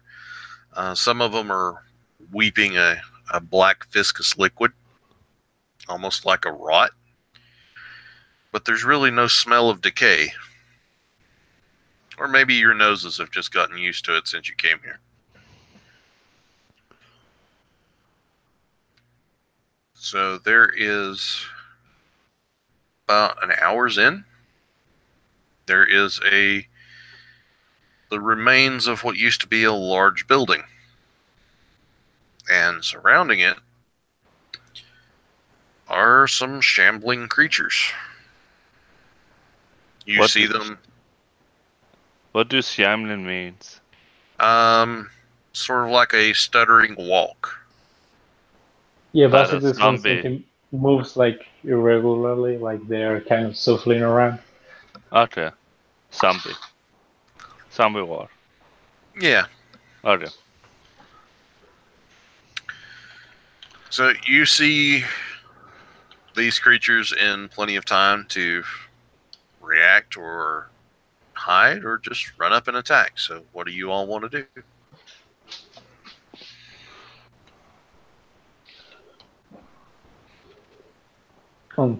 Silver will be trying to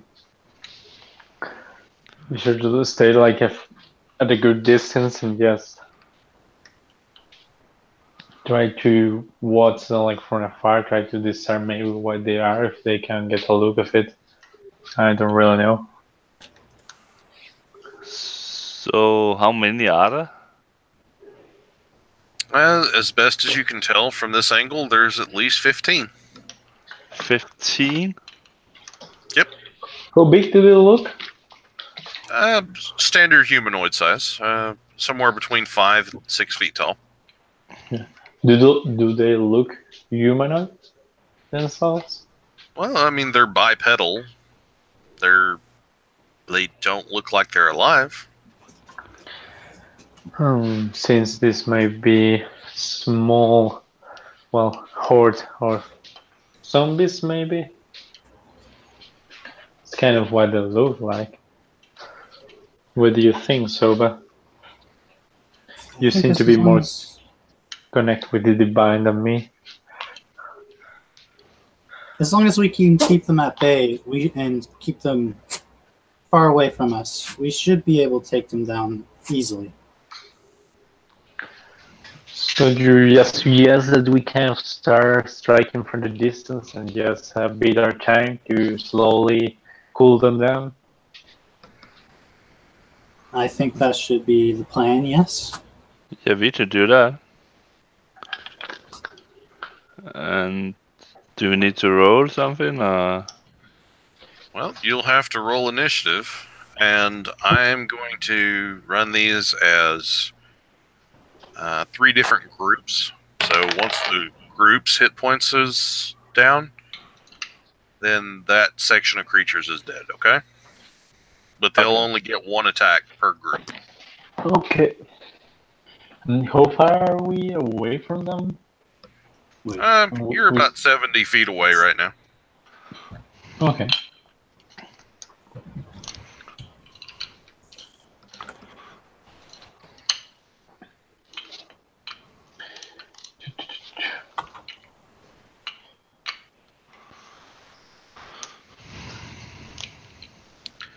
Damn.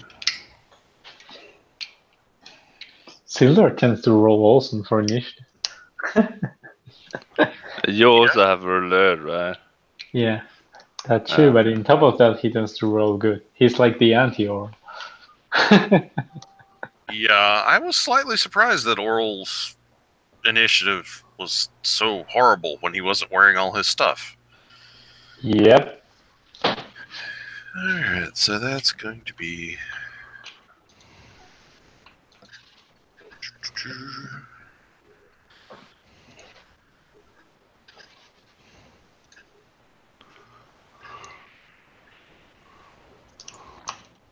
And what was the last one? Yeah, that was pitiful.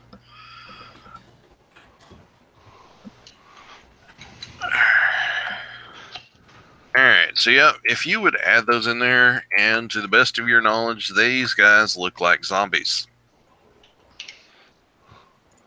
Like the slow walking zombies or like running zombies? I don't know, does D&D have running zombies? I don't know. I mean, they were stumbling ones, so I hope they seem slow, I guess. I just know running zombies are more scary, like slow walking zombies. Nothing in this edition prevents them from dashing. Huh. In earlier And- editions, they couldn't do it.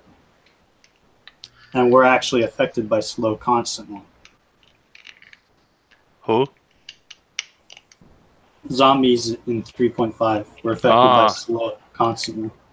Oh, that makes sense. And it's actually so slow that they can't even benefit from haste. That is ridiculous. Lisa. Yeah. So they could move, but they couldn't attack, and they could take AOs, but they couldn't move and attack, and they couldn't run. Alright, Sildor, what do you want to do first, buddy? Well, according to the plan, it's about to open fire and throw a firebolt at the closest group. Okay. And that will be 25 to hit That'll hit. for 6 points of fire damage. As the tiny mode of flame hits one of the creatures, and I guess he kind of backs away just to try to keep the distance with these groups that I guess now will advance towards the group. And that's going to be it for now. All right. So now the zombie group A, which is the one that you just hit, is going to dash towards you. Yeah, huh? Is that 40 feet or something? Oh, no. It's 60 feet for these guys. Huh. And you all were 70 feet out, so that is doable for them. So they're going to take a shot with their short bow. Short bows, okay.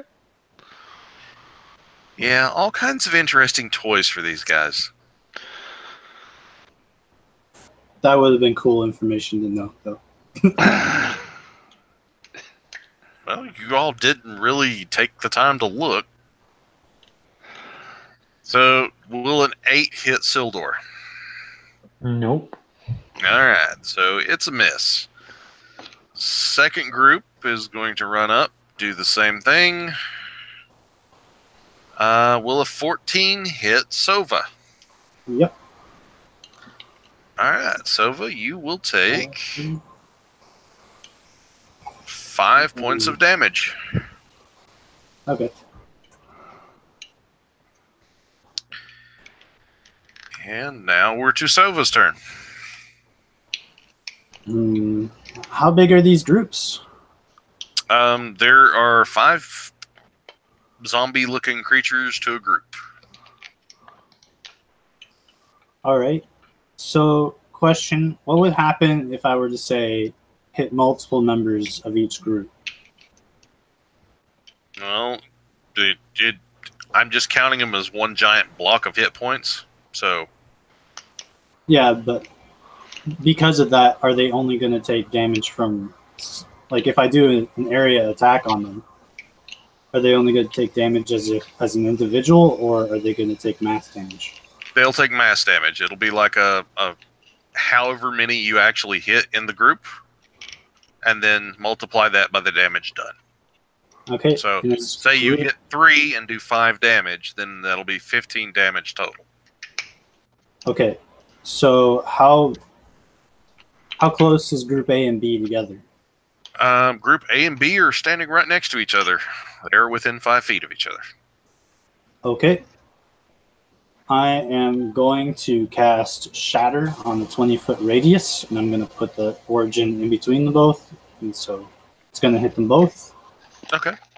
And they need to make a Constitution saving throw. Well, actually, their con is not bad. And they have to beat a DC of 14. All right. Well, the group the group A makes it with a 15, and group B fails it with a 9. Holy shit. I almost rolled max.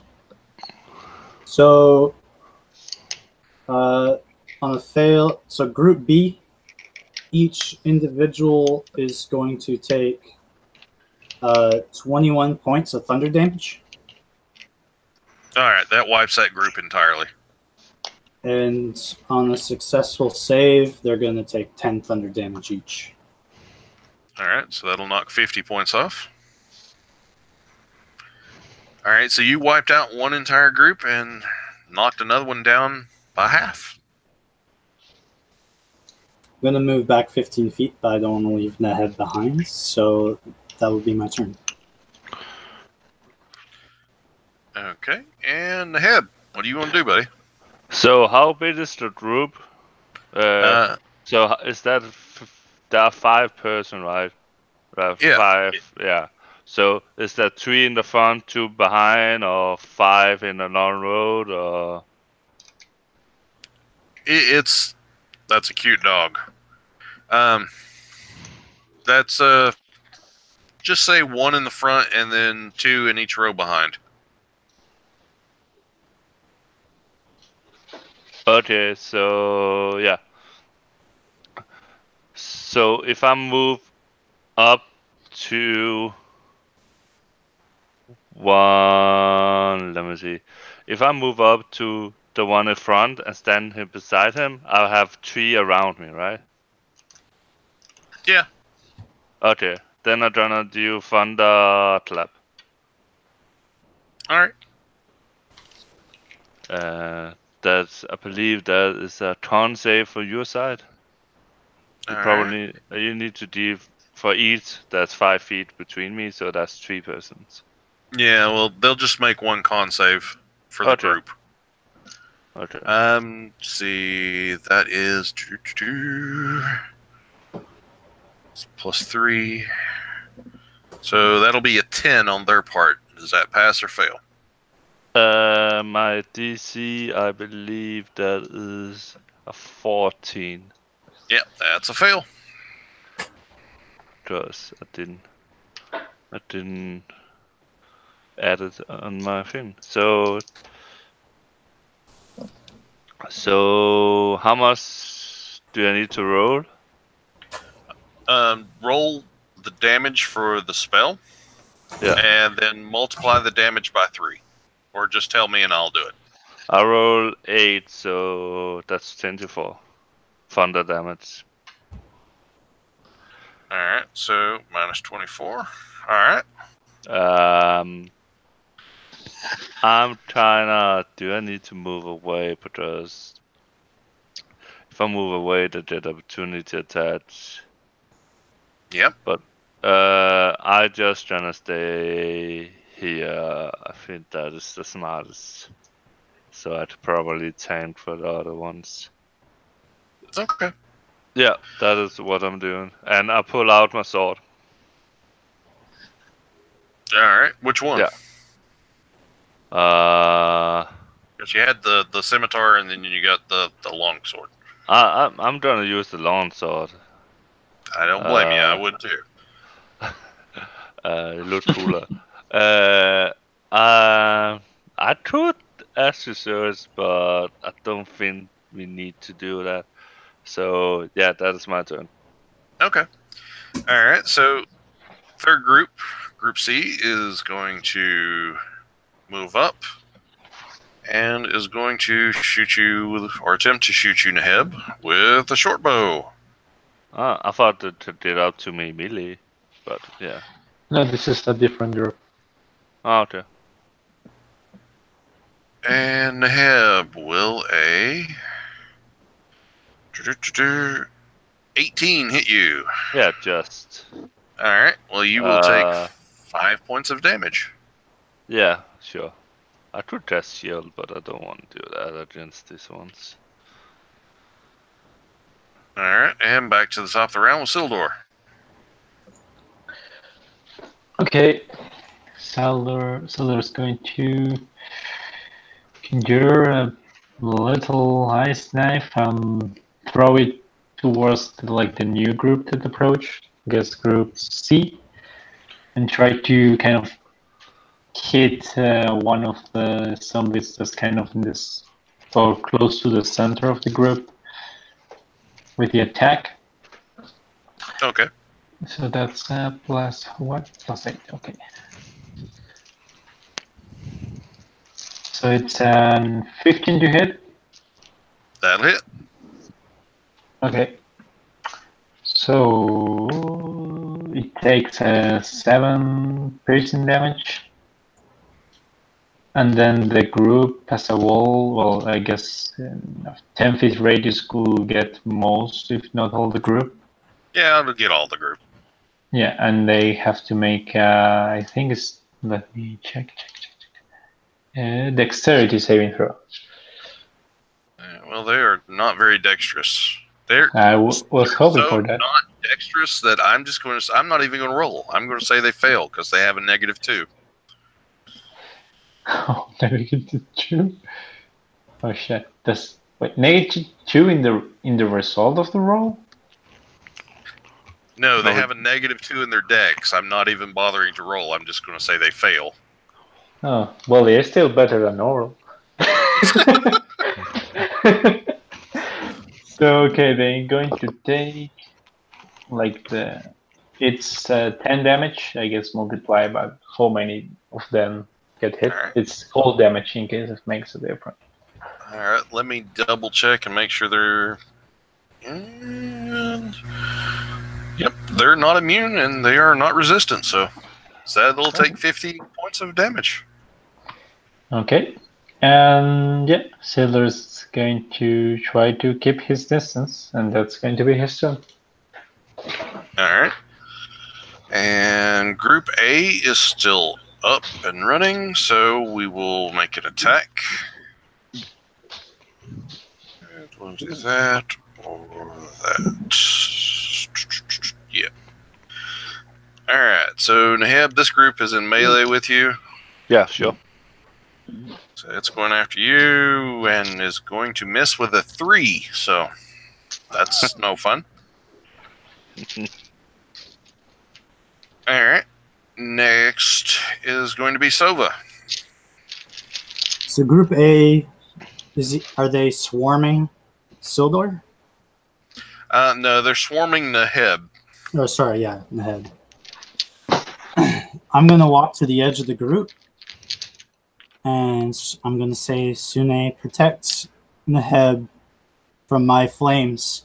And I'm going to cast Burning Hands and invoke my ability to sculpt spells, which allows one person plus 1 per spell level to automatically make the save, and if they make the save, they take no damage. So all the Group A needs to make a Dexterity saving throw against a level 1 Burning Hands.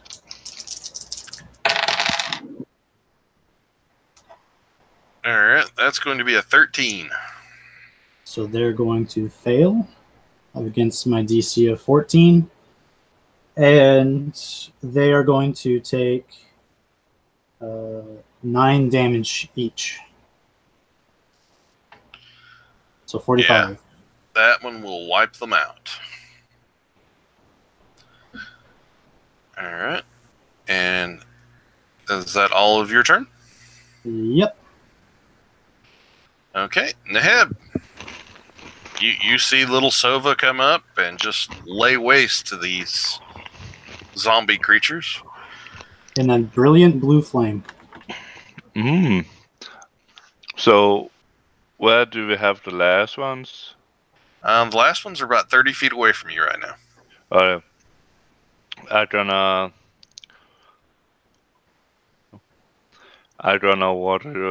walk past Sova to the other ones, and while I'm doing that, I'm gonna kind of put my head on my hand on her head and say, "Good job." I'm not gonna pet her like a dog, but I'm gonna. It's probably a good thing you don't. Yeah. It's like just to admire she did a good job, and I'm gonna go and hit the last one with my new sword. Okay. Make your attack roll. 23 to hit. Oh lord, yeah, that'll hit. Oh, I have a red die for my fire. For my fire damage. So I do 2 fire damage. Okay. And I need to check how much I did bonus. So plus 1 sword, give 1 plus damage, right? Yeah, it'll be a +1 damage and a +1 to hit. Yes, so I'm 15 slashing with the longsword? The longsword is slashing, right? Yeah, pretty sure. Yeah, so 15 slashing and 2 fire damage. Alright. They are damaged, but they are still up. Yeah, I'm not gonna use I think my Ashes is better to save that, so yeah. Alright. And so now Zombie Group C, the last group that's left. They are going to make an attack on the head because, well, he's standing right in front of them and just whacked him with the big sword. Yeah. Okay, so that happened. Naheb, you get hit really hard.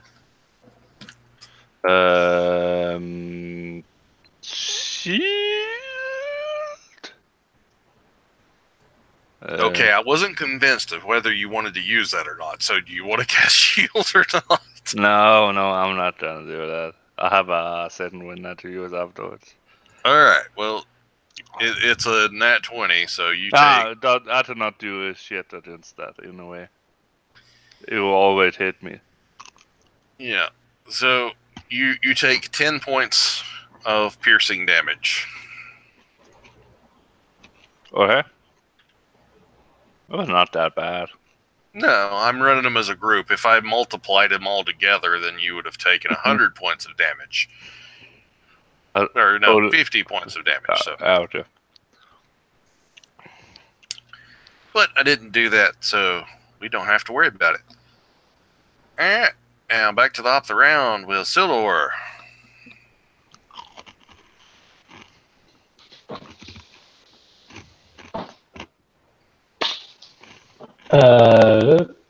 Sildur's going to try to hurl one more firebolt at this last group.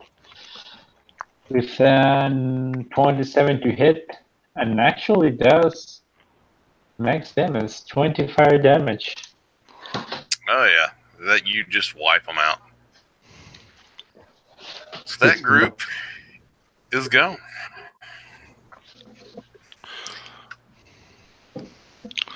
Senwin. Okay.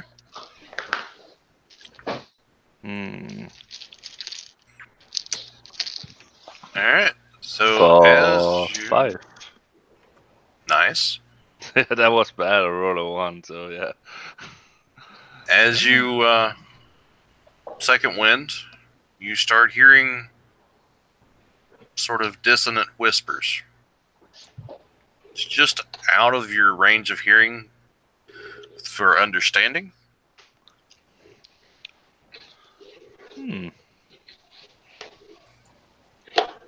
Where's it coming from? It's coming from all around you. The trees? Oh no, I'm not going to do that to you because Okay. I'll tell you about that afterwards. Wait. Oh, I think I know, and I'm going to cast protection from evil and good on myself. Probably a good idea. Alright, so I'm going to roll. I'm going to say, it's probably the will-o-wisps. That's a good bet. Oh.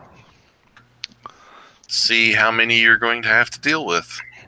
Oh, great. 27. No, I didn't roll enough dice for that. Alright. So, as you were finishing off the last of the zombies, all of a sudden around you, lights start popping up. Lots of lights. How many? There are currently 4 that you can see. Oh, shit.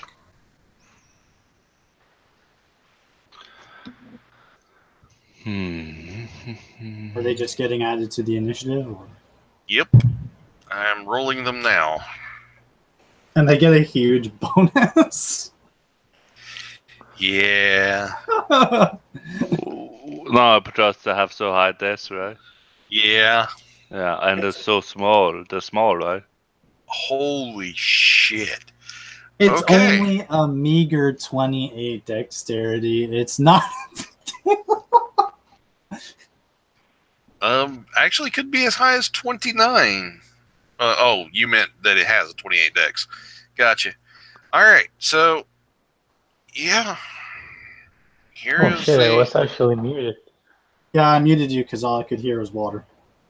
Yeah, because I don't know why I suddenly have like water in my kitchen. I don't know where it came from though. That's never good. Alright, these are going to go in groups as well. Just because it's easier for me to keep up with. And gives y'all a little bit of an advantage. Being a bunch of wizards, yeah.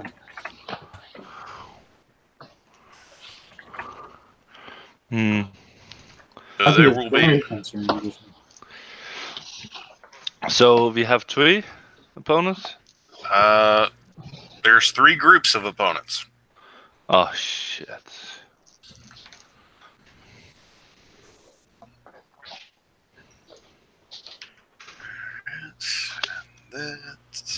this does not make me nervous at all.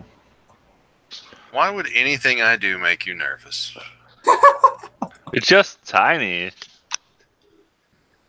Yeah, you should see the damage these little guys can do. Oh, shit.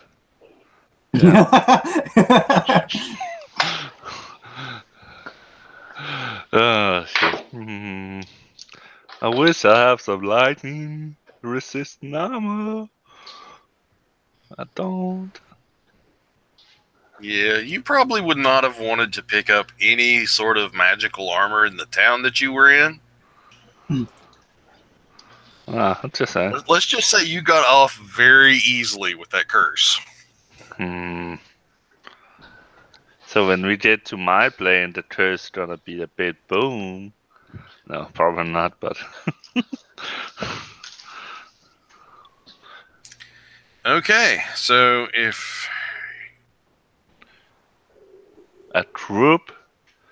Oh, I'm excited how many there's in a fucking group. alright, so I'm gonna roll me a D3 and we're gonna see who they go after first. No. I did not use spells yet. I don't know. I did not know. Oh, that would maybe be useful. Well, it'd help if I wasn't typing it in a chat with somebody. Yeah, to me. It's like, why the hell is this not working? Just time him to me.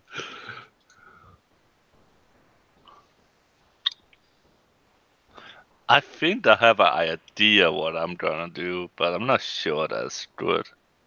Alright, so the first one's going after Sildor. Scylla, nice to meet you. Alright, so let's see if this hits. +4. Sildor, will a 19 hit you?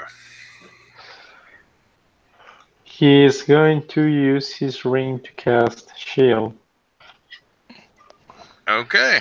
So he's about to get hit, but then you see a magical barrier pop up and block whatever is being hurled at him. Alright, that'll work. And I think it's your turn. Okay, he's going to.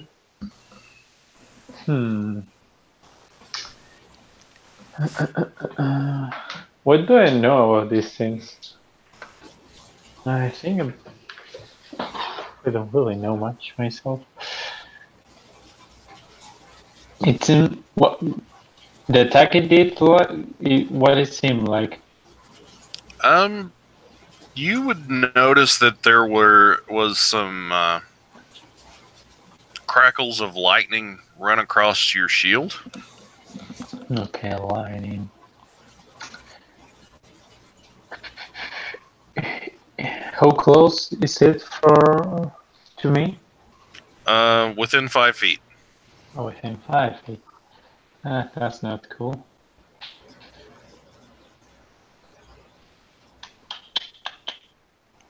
Do we see more of them like around? You said there was a few that popped up. Yep, there were 2 groups that you could see of 2 each that popped up. One in front of you, one group in front of you, one group behind you.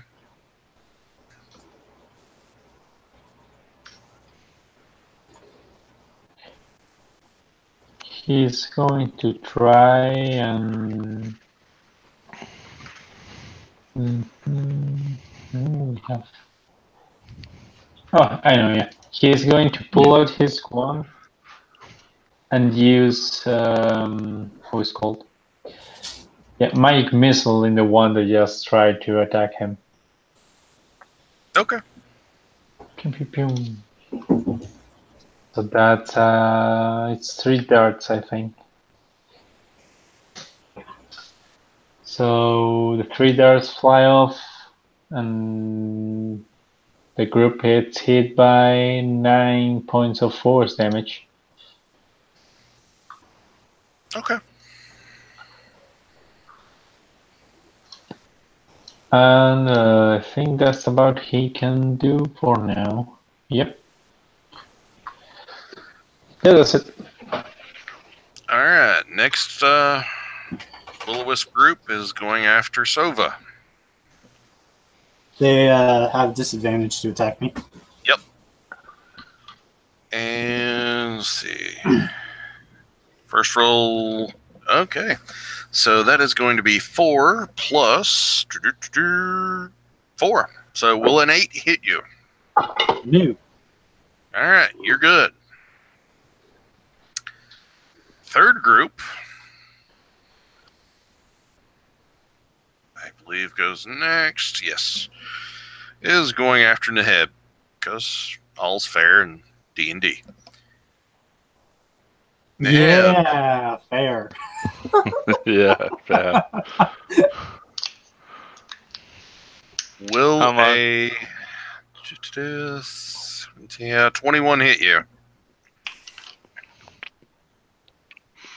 Shield. Okay. Not a problem. And I believe that will make it Sova's turn.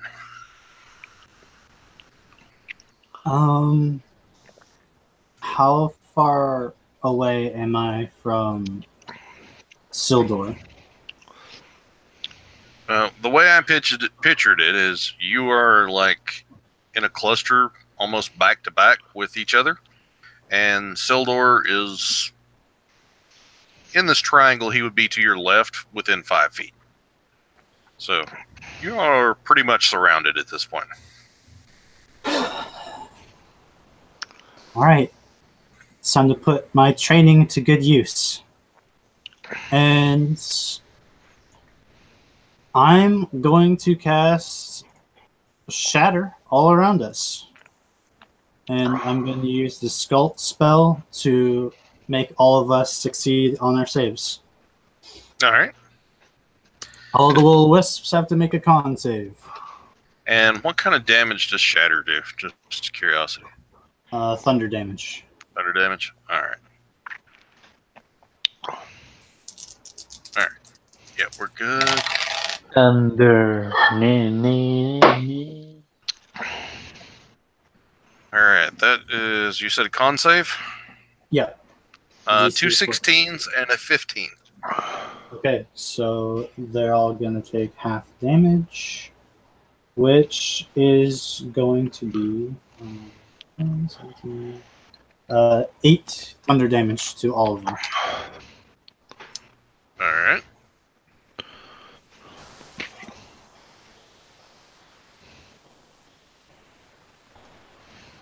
And Okay. that's my turn. Nice. All right, Neheb. What you doing, buddy? I'm gonna kneel down and pray to my deity Thor and test Bane. Okay. What does oh. Bane do? All your whips need. There's 3 whips, 3 whips, right? So it says up to 3 targets need to do a charisma saving throw. If they fail, to the attacks and saving throws, they need to deduct a d4. Okay. All right. Basically like a reverse blast. Yeah. The first one is a critical success. Second one is a 6, and the third one is a 12. So, what did they need to make? 14. All right. So the first one succeeds, and the other 2 fail. Okay. And yeah, I think that is for me this turn. Okay. Alright, first Will-O-Wisp is going back after Sildor. That is the one that And- saved, right? Yep. Okay. Will a 16 hit you, Sildor? Nope. He Alright. just takes one step in the right moment, baits the hit. Alright, that'll work. And it's your turn.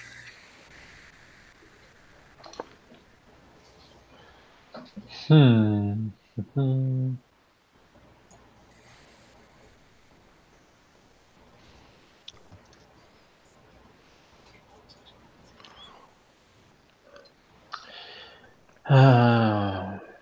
I'm not that good at blasting in this enclosed space. Guess I shall just do what works, and he will use his wand again to cast another magic missile at this, the one that's on top of him. Alright. So that's another 12 points of force damage on this one. Dang, you rolled really good with that. Yeah, 1 and 2 force. Alright, they're starting to look really rough. Their light is flickering a little bit. And that's going to be his turn for now. Alright. So the one that is on Sova. And they get a -4 to their hit, right? D4. A D4? Alright, well that's -2. So that's a 16 to hit. At disadvantage? Oh, crap, I forgot you had disadvantage. That's just like possible to hit you now. Actually, it's still a 16 because I rolled a 19 the second time. Okay, I'm going to shield with my last level 1 spell slot. Alright. And moving on to the one that's going after Neheb. And so that's 2. So I'm pretty sure a 9 will not hit you, Neheb. You need the twice amount. So yeah. Okay. Alright, so that's good. And then we're on to Sova.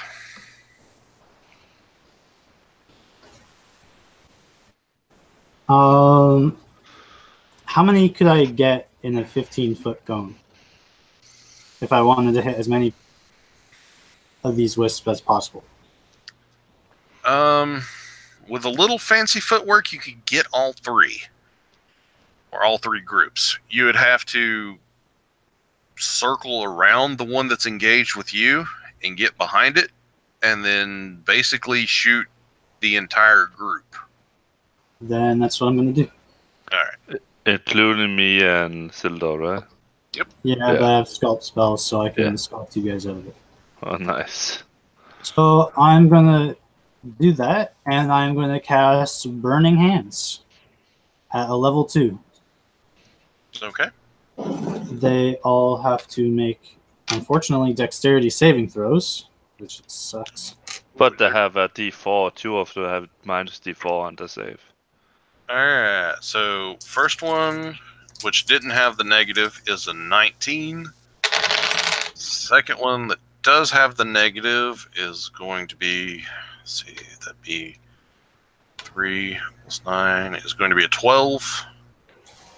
That one actually does. And third one, damn, that is 2 4s on a D4 in a row. Whoop, boop, boop, boop. Toys Alright. with me. So that's going to be 11 plus 9 is 20 on the third one. Okay, so he still made it. Yeah, but yeah, it's still just like really 2 D4s.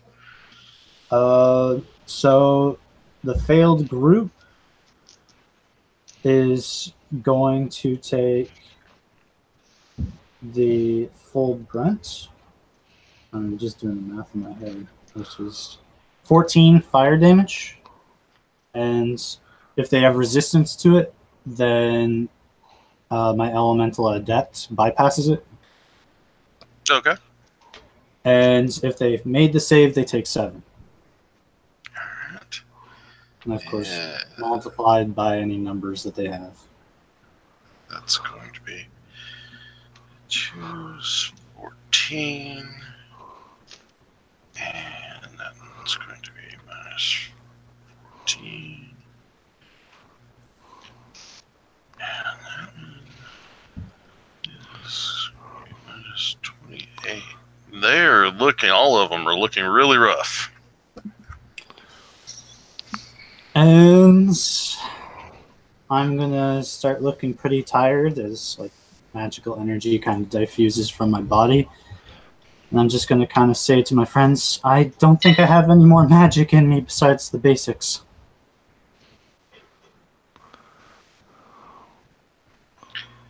Okay, Naheb. Nahib gonna look worried at Sova. So the wisp near Solva, right? How do that look like? They all look rough.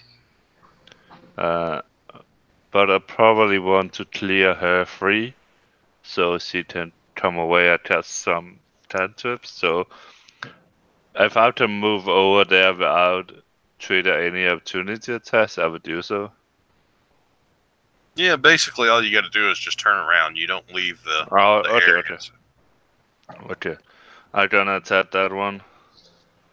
Alright, That is a 16 to hit. that's a miss. After search. That is 23 to hit. 23 will hit. That was so fucking bad. I rolled a 1 on a d8, a 1 on d4, so that is 10 slashing damage. And 4 fire damage. And the slashing is magical. Alright, they're dead. Okay. And I done that. If think that's my turn. Yep. And yeah, that's my. Alright. Group A that's on Sildor. That one is still up. Yep. The one that's on you and the one that's on the Heb are still up. So, the one that's on you didn't take the negative.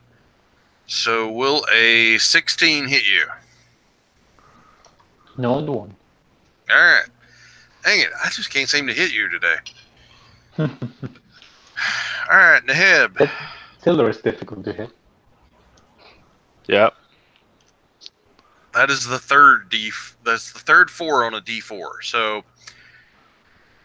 will a 5 hit you, Naheb? No. That's nice. Alright. Moving along then. Sova. Didn't you skip Sildor? I did skip you. I apologize. Feel free to take your turn. Yeah, he's just going to use the one a third time to try to finish the group that's on top of him. Alright, go for it. So that's this time. The darts fly and hit, dealing 10 points of force damage. Alright, they're gone. Finally.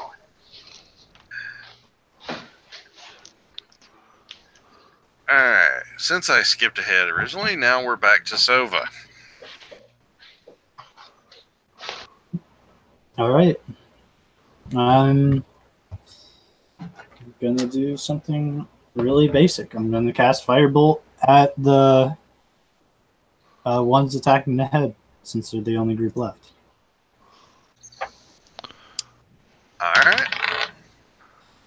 And with the Firebolt, I'm gonna roll a 22 to hit. That will hit.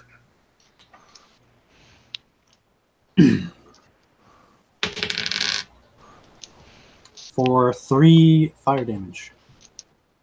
That is affected by my elemental adept. Alright. They are still up, but they look very weak. that's my turn. All right, Naheb, you still got these glowing ball things floating around, shocking the shit out of you. What do you want to do? Just wanna do a normal attack. I rolled a 12. That is 21 to hit. That'll hit.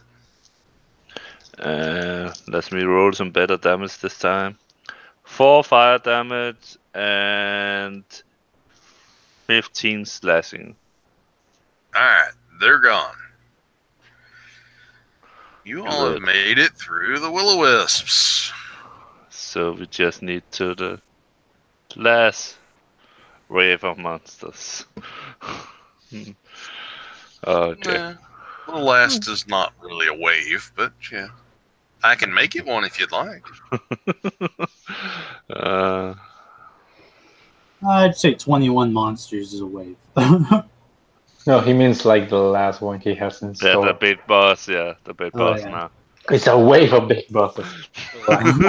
21 bosses. Fuck. Run for your lives, you fools. Flee, you fools! Yeah. I'm gonna say good job to the both, and I'm gonna drink healing potions. Okay. Anybody else drinking a healing potion? No, Silver is in perfect shape. Well, that's because I haven't been able to hit Sildor yet. Yeah, I'm gonna take a little sippy sip of one. How are you faring, Silva? You did really well there, but you look a bit exhausted. Well, yeah, I wanted to kill them. Or unkill them. I don't know how that works. Asylum. What you Maybe. did with those spells there was pretty, well, good trick. It was like if the flames curved around us. Well, it was my specialty. Yeah, it's worth it to admire all the same. Yeah. I'm really impressed by that, because last time I got 2 fireballs in my head, and the flames didn't turn around me. Just saying. So I'm impressed by you and your skills. Yeah. Now, if you could just get Adrin to learn to do that. So, I don't think I can muster any other magic. I only have like cantrips now. Then the others just need to step up then. Well, Do- I still have my defenses, so Do you think we should maybe try to rest for a bit before getting into the building itself? Do you think we have time to order? Well, technically we have the time. The thing is, if it's a good idea to delay it. But I don't think the time itself will be the problem. I'm just thinking, are we gonna do the attack while we resting? Then Yeah, that's my concern too. This that's, is not that much about the time, but the potential danger. I would love the short rest, but yeah. So, as y'all are talking this out, Yeah, okay. you hear a disembodied voice boom loud over the forest that says, "Come forward, adventurers. Let's end this." but can't we take a nap? I mean, I know you're undead and have infinite energy or whatever, but I'm tired. Don't worry, little one. I'll give you a nap that you may never wake from. All right, that's slightly creepy. That's a kind of way to put it. Yeah. So, from around the side of the remains of this building, there's a creature on a skeletal horse comes just trotting around the side. You see... Yep, just one. One of the 4 horsemen? Well, I mean, you can look at it that way. Okay, great. So you see a creature made of dark shadows, wearing a metallic crown with a skeletal face and glowing golden eyes. And the horse has red eyes, and where the nails from the shoes pass through its hooves, they're split and gnarled, and if it had, any living flesh to it, you would think that it would have been in severe pain.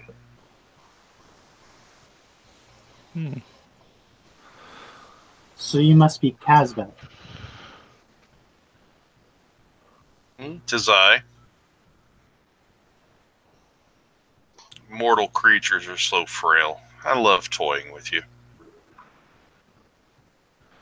We will see about that. I'm gonna frail this in your ass. I don't have an ass anymore, but I mean, if you want to do something with a horse, I mean, I could loan you the horse. No thanks. I think he means he's going to beat you up. Oh, well. Let's fight then. Let's enjoy this.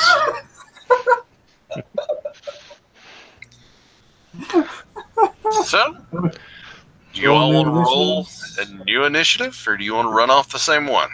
I like to roll on you. Okay. To just, yeah. I like my initiative. Sildor's like, can I just, keep the one I Yeah. got? Doesn't matter. This guy just rolls amazing. Like, he has a great bonus and then he rolls like uber good. Just tell me what he gets. I got a 15. I'm And 27 for solo. Alright. He is going to go on a 22 with a 16 dex. And his horse is going to go on a 18 with a 12 dex. So it doesn't matter what I roll. 16 on a what dex? Or 18? 12. It was 22 for him and 18 for the horse. Yep. Oh. I don't think Horse. it is actually a nightmare, but I'm just calling it that. No, it's a warhorse skeleton. Sounds cooler, so I'm not changing it. Yeah, I don't blame you. I didn't think to Nah. look up nightmare, so. Alright. A nightmare is just a horse, right? Black horse. It's basically a reverse unicorn. Yeah. Ah, okay. Sildor. This guy's about 30 feet away. What do you want to do? And strangely enough, Sildor is going to move forward 30 feet and try to touch it. The horse or Then Casbeth. That's okay. no. Yeah, Casbeth. Yeah. More interesting, and he has to make a wisdom saving throw as the gloomy wizard grabs hold of him. All right, that's a 17. God damn it! He just barely made. Well, a little more than barely. So nothing really happens. He resists Sildor's spell. Okay. Yeah. Were Alright. you going to say something? I was going to ask if that was your turn, because Casbeth yeah. is going to do something since you reached out and touched him. Yep. Because I cast the spell, yeah. That's it. Alright. Will a 22 hit you, Sildor?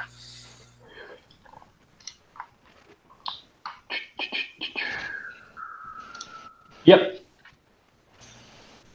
Okay. He's actually not. Yeah, he's okay. He's gonna take the hit. You are going to take 21 necrotic damage. Ooh. That And hurt. you need to make me a DC 14 con save. I still don't have faith in it. Please, please make your con save. Natural 20. Alright, you're good. Just for future reference, if you fail your con save, your hit point maximum is reduced by the same amount of damage that you just took. Well, most of the damage was taken by his arcane ward in this case. That's fine. That's lucky. That's very lucky. Also, if your hit points are reduced to 0 in this way, you basically cease to exist. Amazing. Alright. So, yeah, just straight up touching this guy, bad idea. Being touched by this guy, bad idea. So, now the Nightmare is going to attempt to make a hoof attack against Sildor.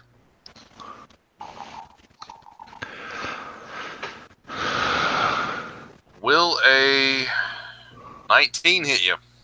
I'm sorry. Let me double check. Yeah, 19 hit you. Yep. Alright.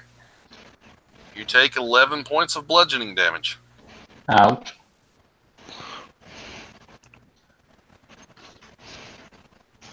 And the head. What are you doing?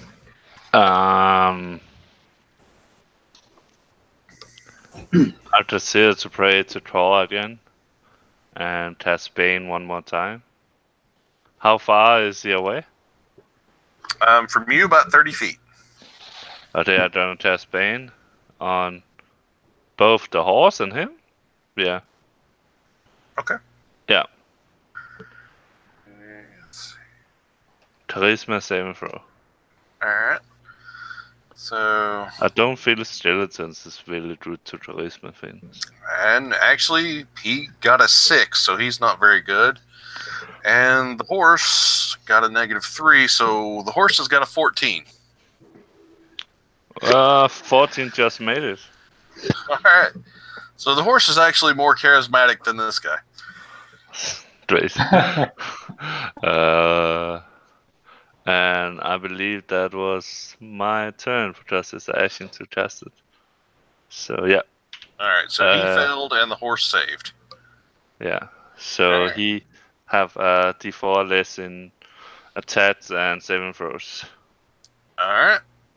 Sova. Sildor, are you okay? Kind of. Been better. Well, I won't let you stand there by yourself, and I'm gonna run up, and I'm No, going don't to fucking right. and I am going to use Shocking Grasp on Casbeth. Okay. I'm going to assume a 13 misses. No, a 13 will just hit. Oh, shit.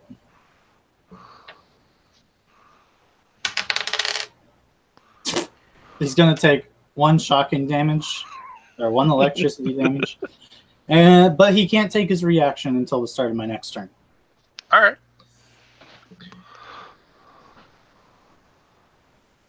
That's my turn. Okay, so back to the top with Sildor. You want to reach out and touch him again? No.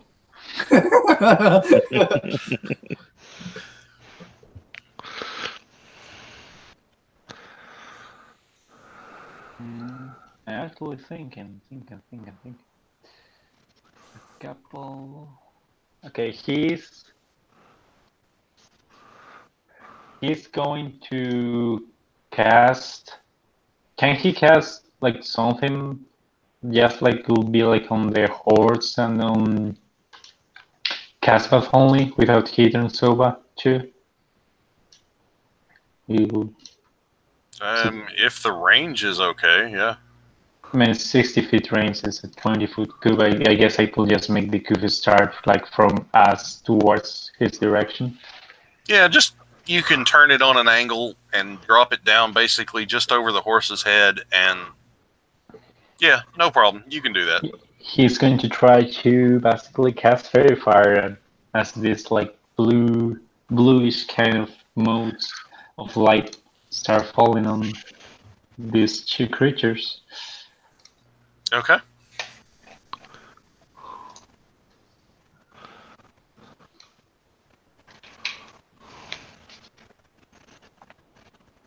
Have to make a dex save, I forgot to say. Alright. And he is going to take... Now, he takes a negative on his dex on his saves too, correct? The D4, yeah. Bane, Yeah. Yeah, that's not really going to matter because he rolled a nat 20. God damn it. The horse fails with a 8. Okay, so now the horse is glowing with bluish creepy light. And, okay, now the horse is doing that. He's going... Oh, well, that was my action, so... I guess he's still going to try and...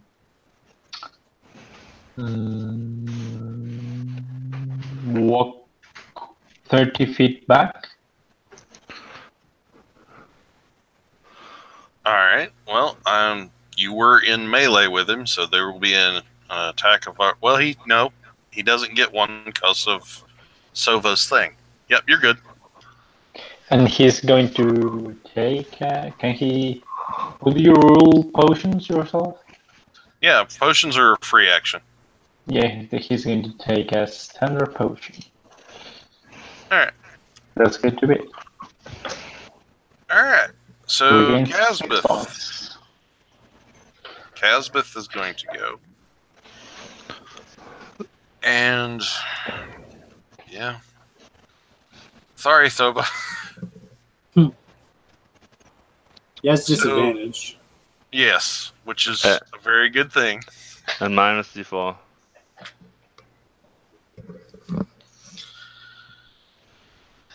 Alright, so before I describe this. Oh. Yeah, that he fails. Don't worry about it. He rolled a 2. Minus D4. Okay, I will minus the D4. Alright, he rolled a 0.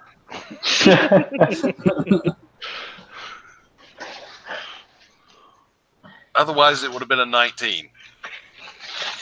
Alright, so that happens.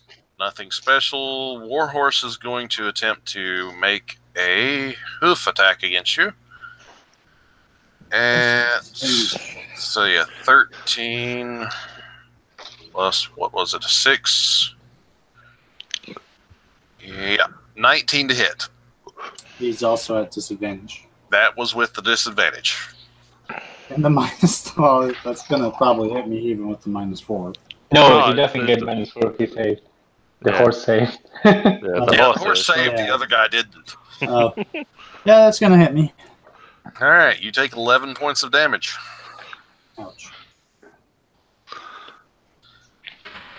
All that's debuffing we are doing. Okay. I hold my concentration on my pro, evil, and good. Alright, Naheb.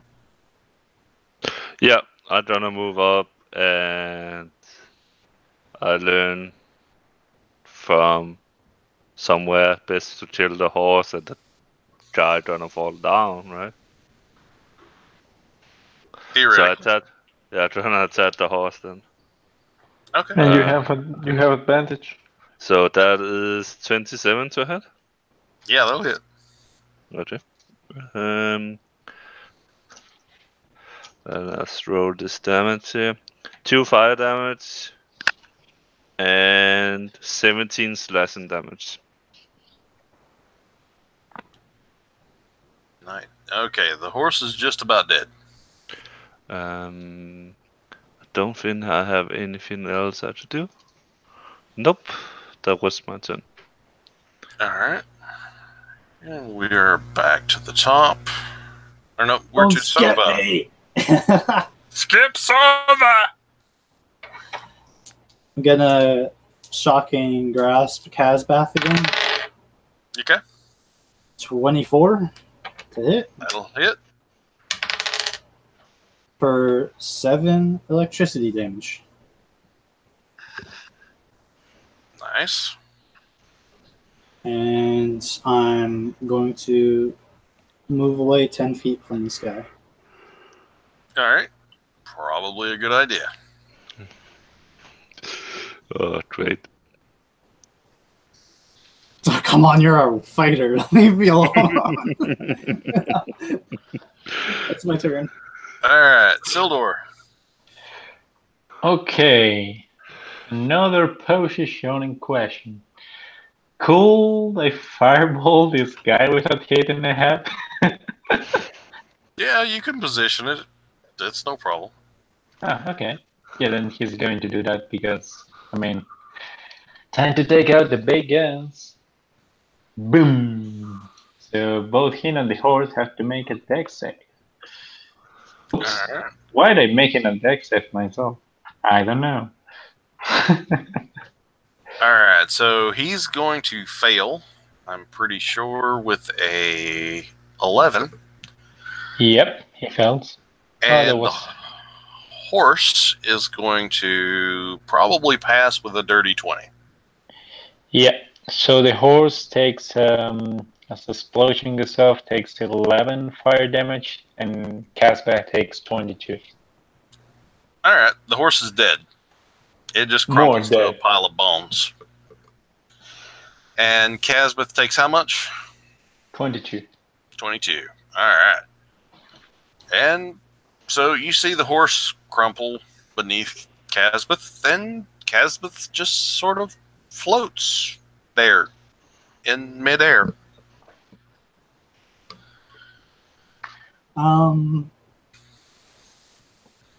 Why did you need the horse? Oh, little one, it was just for effect. Well, Uh, it looked cool. Alright, now I need to roll a d3s. Neheb, are you in melee with this guy? Yes. Okay, well, he's just going to go after you then. Alright, so in his hand appears Oh, a longsword made out of shadow. And he's going to make an attack against you. Great. Okay. Oh, that's a minus really D4. cool spell. Minus D4. Alright, minus d4. So I rolled a 1 on the minus d4. So that is going to be, I think it's going to miss you actually. It's a 17. Yes, I have 18. Ah, yes. So that minus 1 just saved your butt. Yeah. Alright. So that's his turn, and we're on to the head. I'm gonna smash him in the face with my sword. And that is a 23 to hit. Alright, 23 will hit. And I do 2 fire damage. And that is 17 slashing damage. So Alright. You guys Yeah. are doing pretty good with this guy. yeah, My melee attack is really beginning to hurt with the new weapon. So yeah, that's good. All right. So, Soba.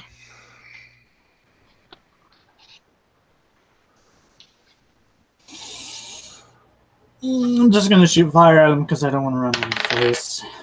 But I'm gonna miss with an 8. Yeah, that will miss. All right, That's a crit. Sildor. Okay, so I was going to look at this guy and kind of you'll see he does like raises his hand and you see an actual hand that seems to be made of stone raised from the earth behind Kobus and makes an attempt to try to grab onto him, and he has to make a strength saving throw. So you're attempting to grapple him? Yeah, not exactly. It's a spell that it's kind of an attack / grapple thing. It's a spell. Okay. Yeah, basically this he has to make the strength saving throw to see if he gets like grabbed or not. All right, so he fails his saving throw. Okay, so this hand grasps onto him, starts to grasp him. He is restrained, and No, he he's not. takes shit. I have to try. But And he will he take damage. Yeah, he takes 8 bludgeoning damage. If he can take that. Yep, he can I take don't it. know. It's a magical effect, so I mean, yeah, he can take it. Yep. That was it for Silver for this turn. All right. So, Casbeth sort of laughs as you do this, and you see him just kind of melt, just fall right through the bottom of this stone fist. He sort of pulls onto the ground, then disappears. Did you opportunity attack? I mean, So you can attempt to, but he's incorporeal at the moment, so that won't do you any good. Okay. And let's see who he's going to pop up next to.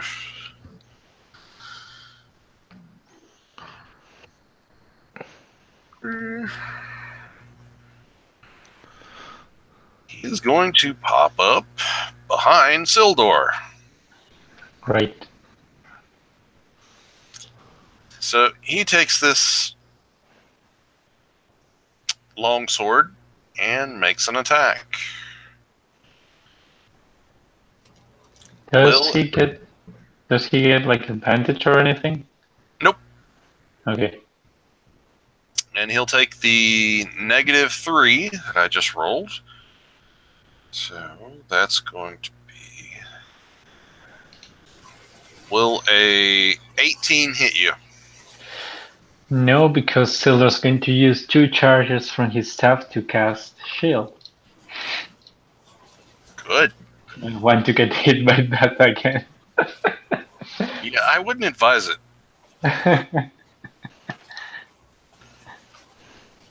And Casbeth goes, well, you're a slippery one. I can certainly be. We're on to Neheb. I'm gonna run and slash him with my massive sword. Ooh, a 15 on the die. That is 24. That'll hit. I hope so. And let me roll some damage. Ooh, 4 fire damage. And this is 14 slashing damage. Alright. And we're on to Sova. 4 fire for the fire god. 24 to hit. 24 will hit. Very small detail. There it is. For 4 fire damage that cannot be resisted. Well, it's magical, so I ain't worried about it. I mean, technically, yeah, I could be worried about it, but It's just 4 damage. it's 4 damage. And it's magical in nature, so I'm not going to stress about it. Alright. So, on to the top of the round with Sova. Or, not Sova, Sildor. So many S names. I know there's just 2. That's 2. 2 is a large number, okay? Okay, Sildor is going to let the hand crumble to dust. And instead, yes, cast protection from good and evil on the head. Okay. Never leave home without it. Especially And when you go traipsing through the Shadowfell. And that's going to be his turn. Alright. So Casbeth is going to do the whole meld through the ground thing and pop up. He is going to pop up, I believe, on Neheb. Okay. Alright, Neheb. Ooh. Yeah. Alright. It's going... Oh, wait a minute. He's got disadvantage on Neheb. Okay. Yep. Yeah. Okay. Nice. Because you were getting ready to take 42 necrotic damage. It's just about that. Alright. Will a 18 hit you? Did you deduce with the D4? Yeah, I reduced. Yeah, I rolled a 19 and I got a 1 on my D4. Yeah, you hit. Just hit. Alright. You will take 21 necrotic damage and make me a DC 14 con save. Yep, I'm gonna do that. I rolled a 16 on the die, so I'm 22. No, 24, I believe. Alright, yeah, 22. you're good. Alright, and we're back to Neheb. I'm gonna yell and smack him in the face with my sword. 21 to hit. That'll hit. And this dice is good, so I'm gonna roll with those.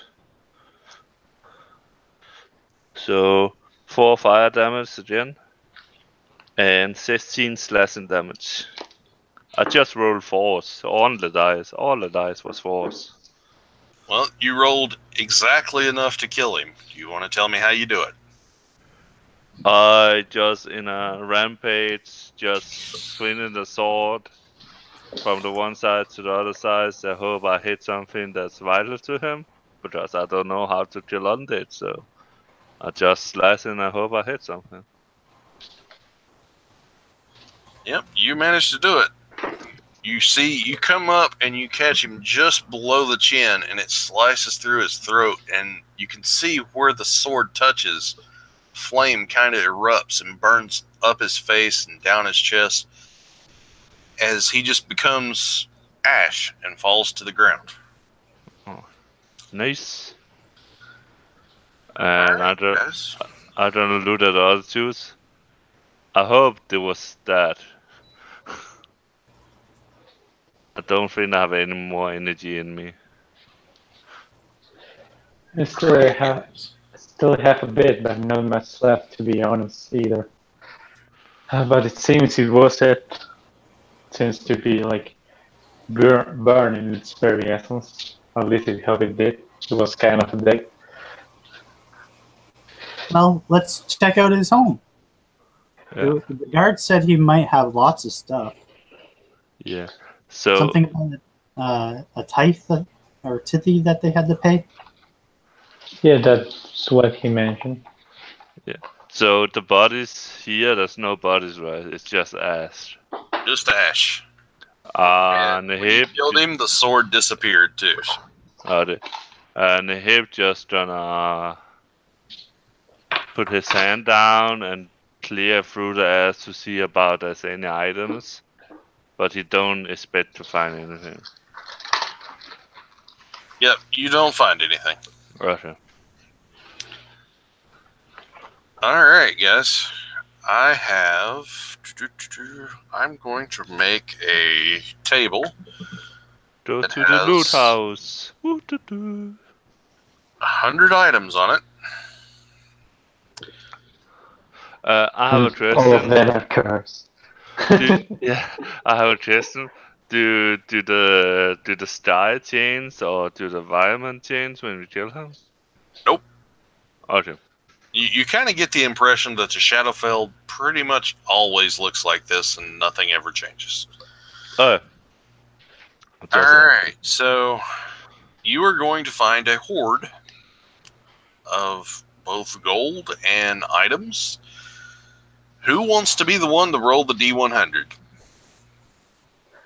Lou, I like ruining everyone's nights.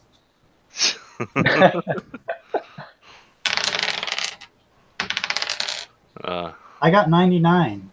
Oh, that sounds good. 99. 99 Yay. balloon balloon. 999. Okay, so as a group, you find 800 copper pieces. Someone write that down? Or... Oh, you do. Okay. Never mind me. All right, so 800 copper pieces, 7,000 silver pieces, Damn. 2,200 gold pieces, 50 platinum pieces, and 7 art items that are worth 25 gold apiece. Yep. All right, now that I've done that, let's see here. Let me pull up the other little chart that I've got. You each will find one item that is not cursed. That's what he said. Yeah, it's not cursed yet.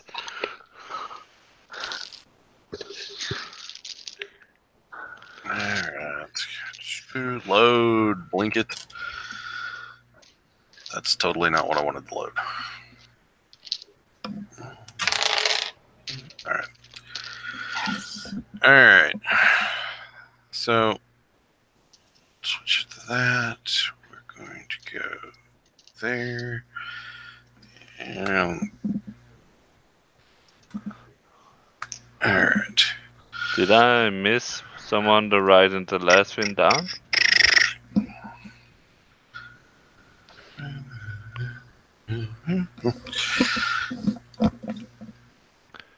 Okay. So, roll. Each of you, roll me a d10. Okay. I rolled a 10. I don't know, 0. 10. 0. I roll a 1. Okay. And Alex.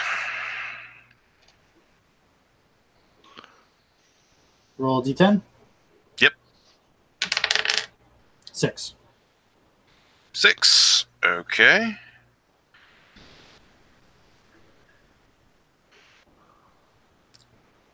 Alex, you find a Staff of the Adder. It's a snake one, right? Yeah.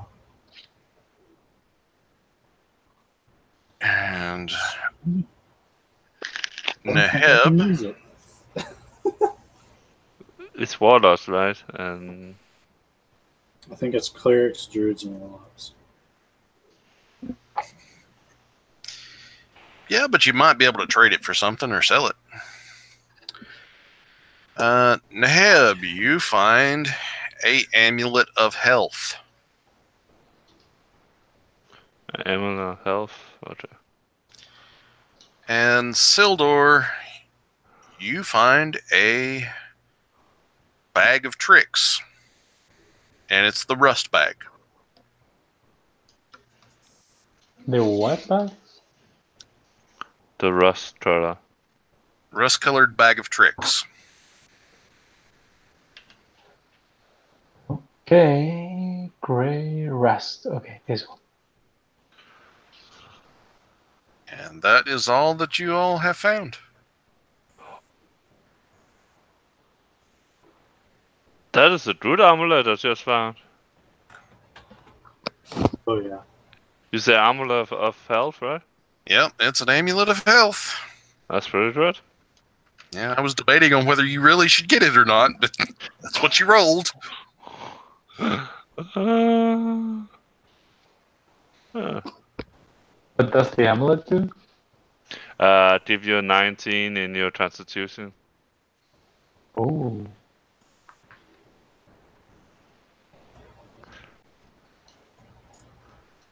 So. Well, guys, I am going to end the broadcast there. If anybody has any questions, we'll handle it afterwards. But I'd like to thank anybody that's has watched or is watching or will watch in the future.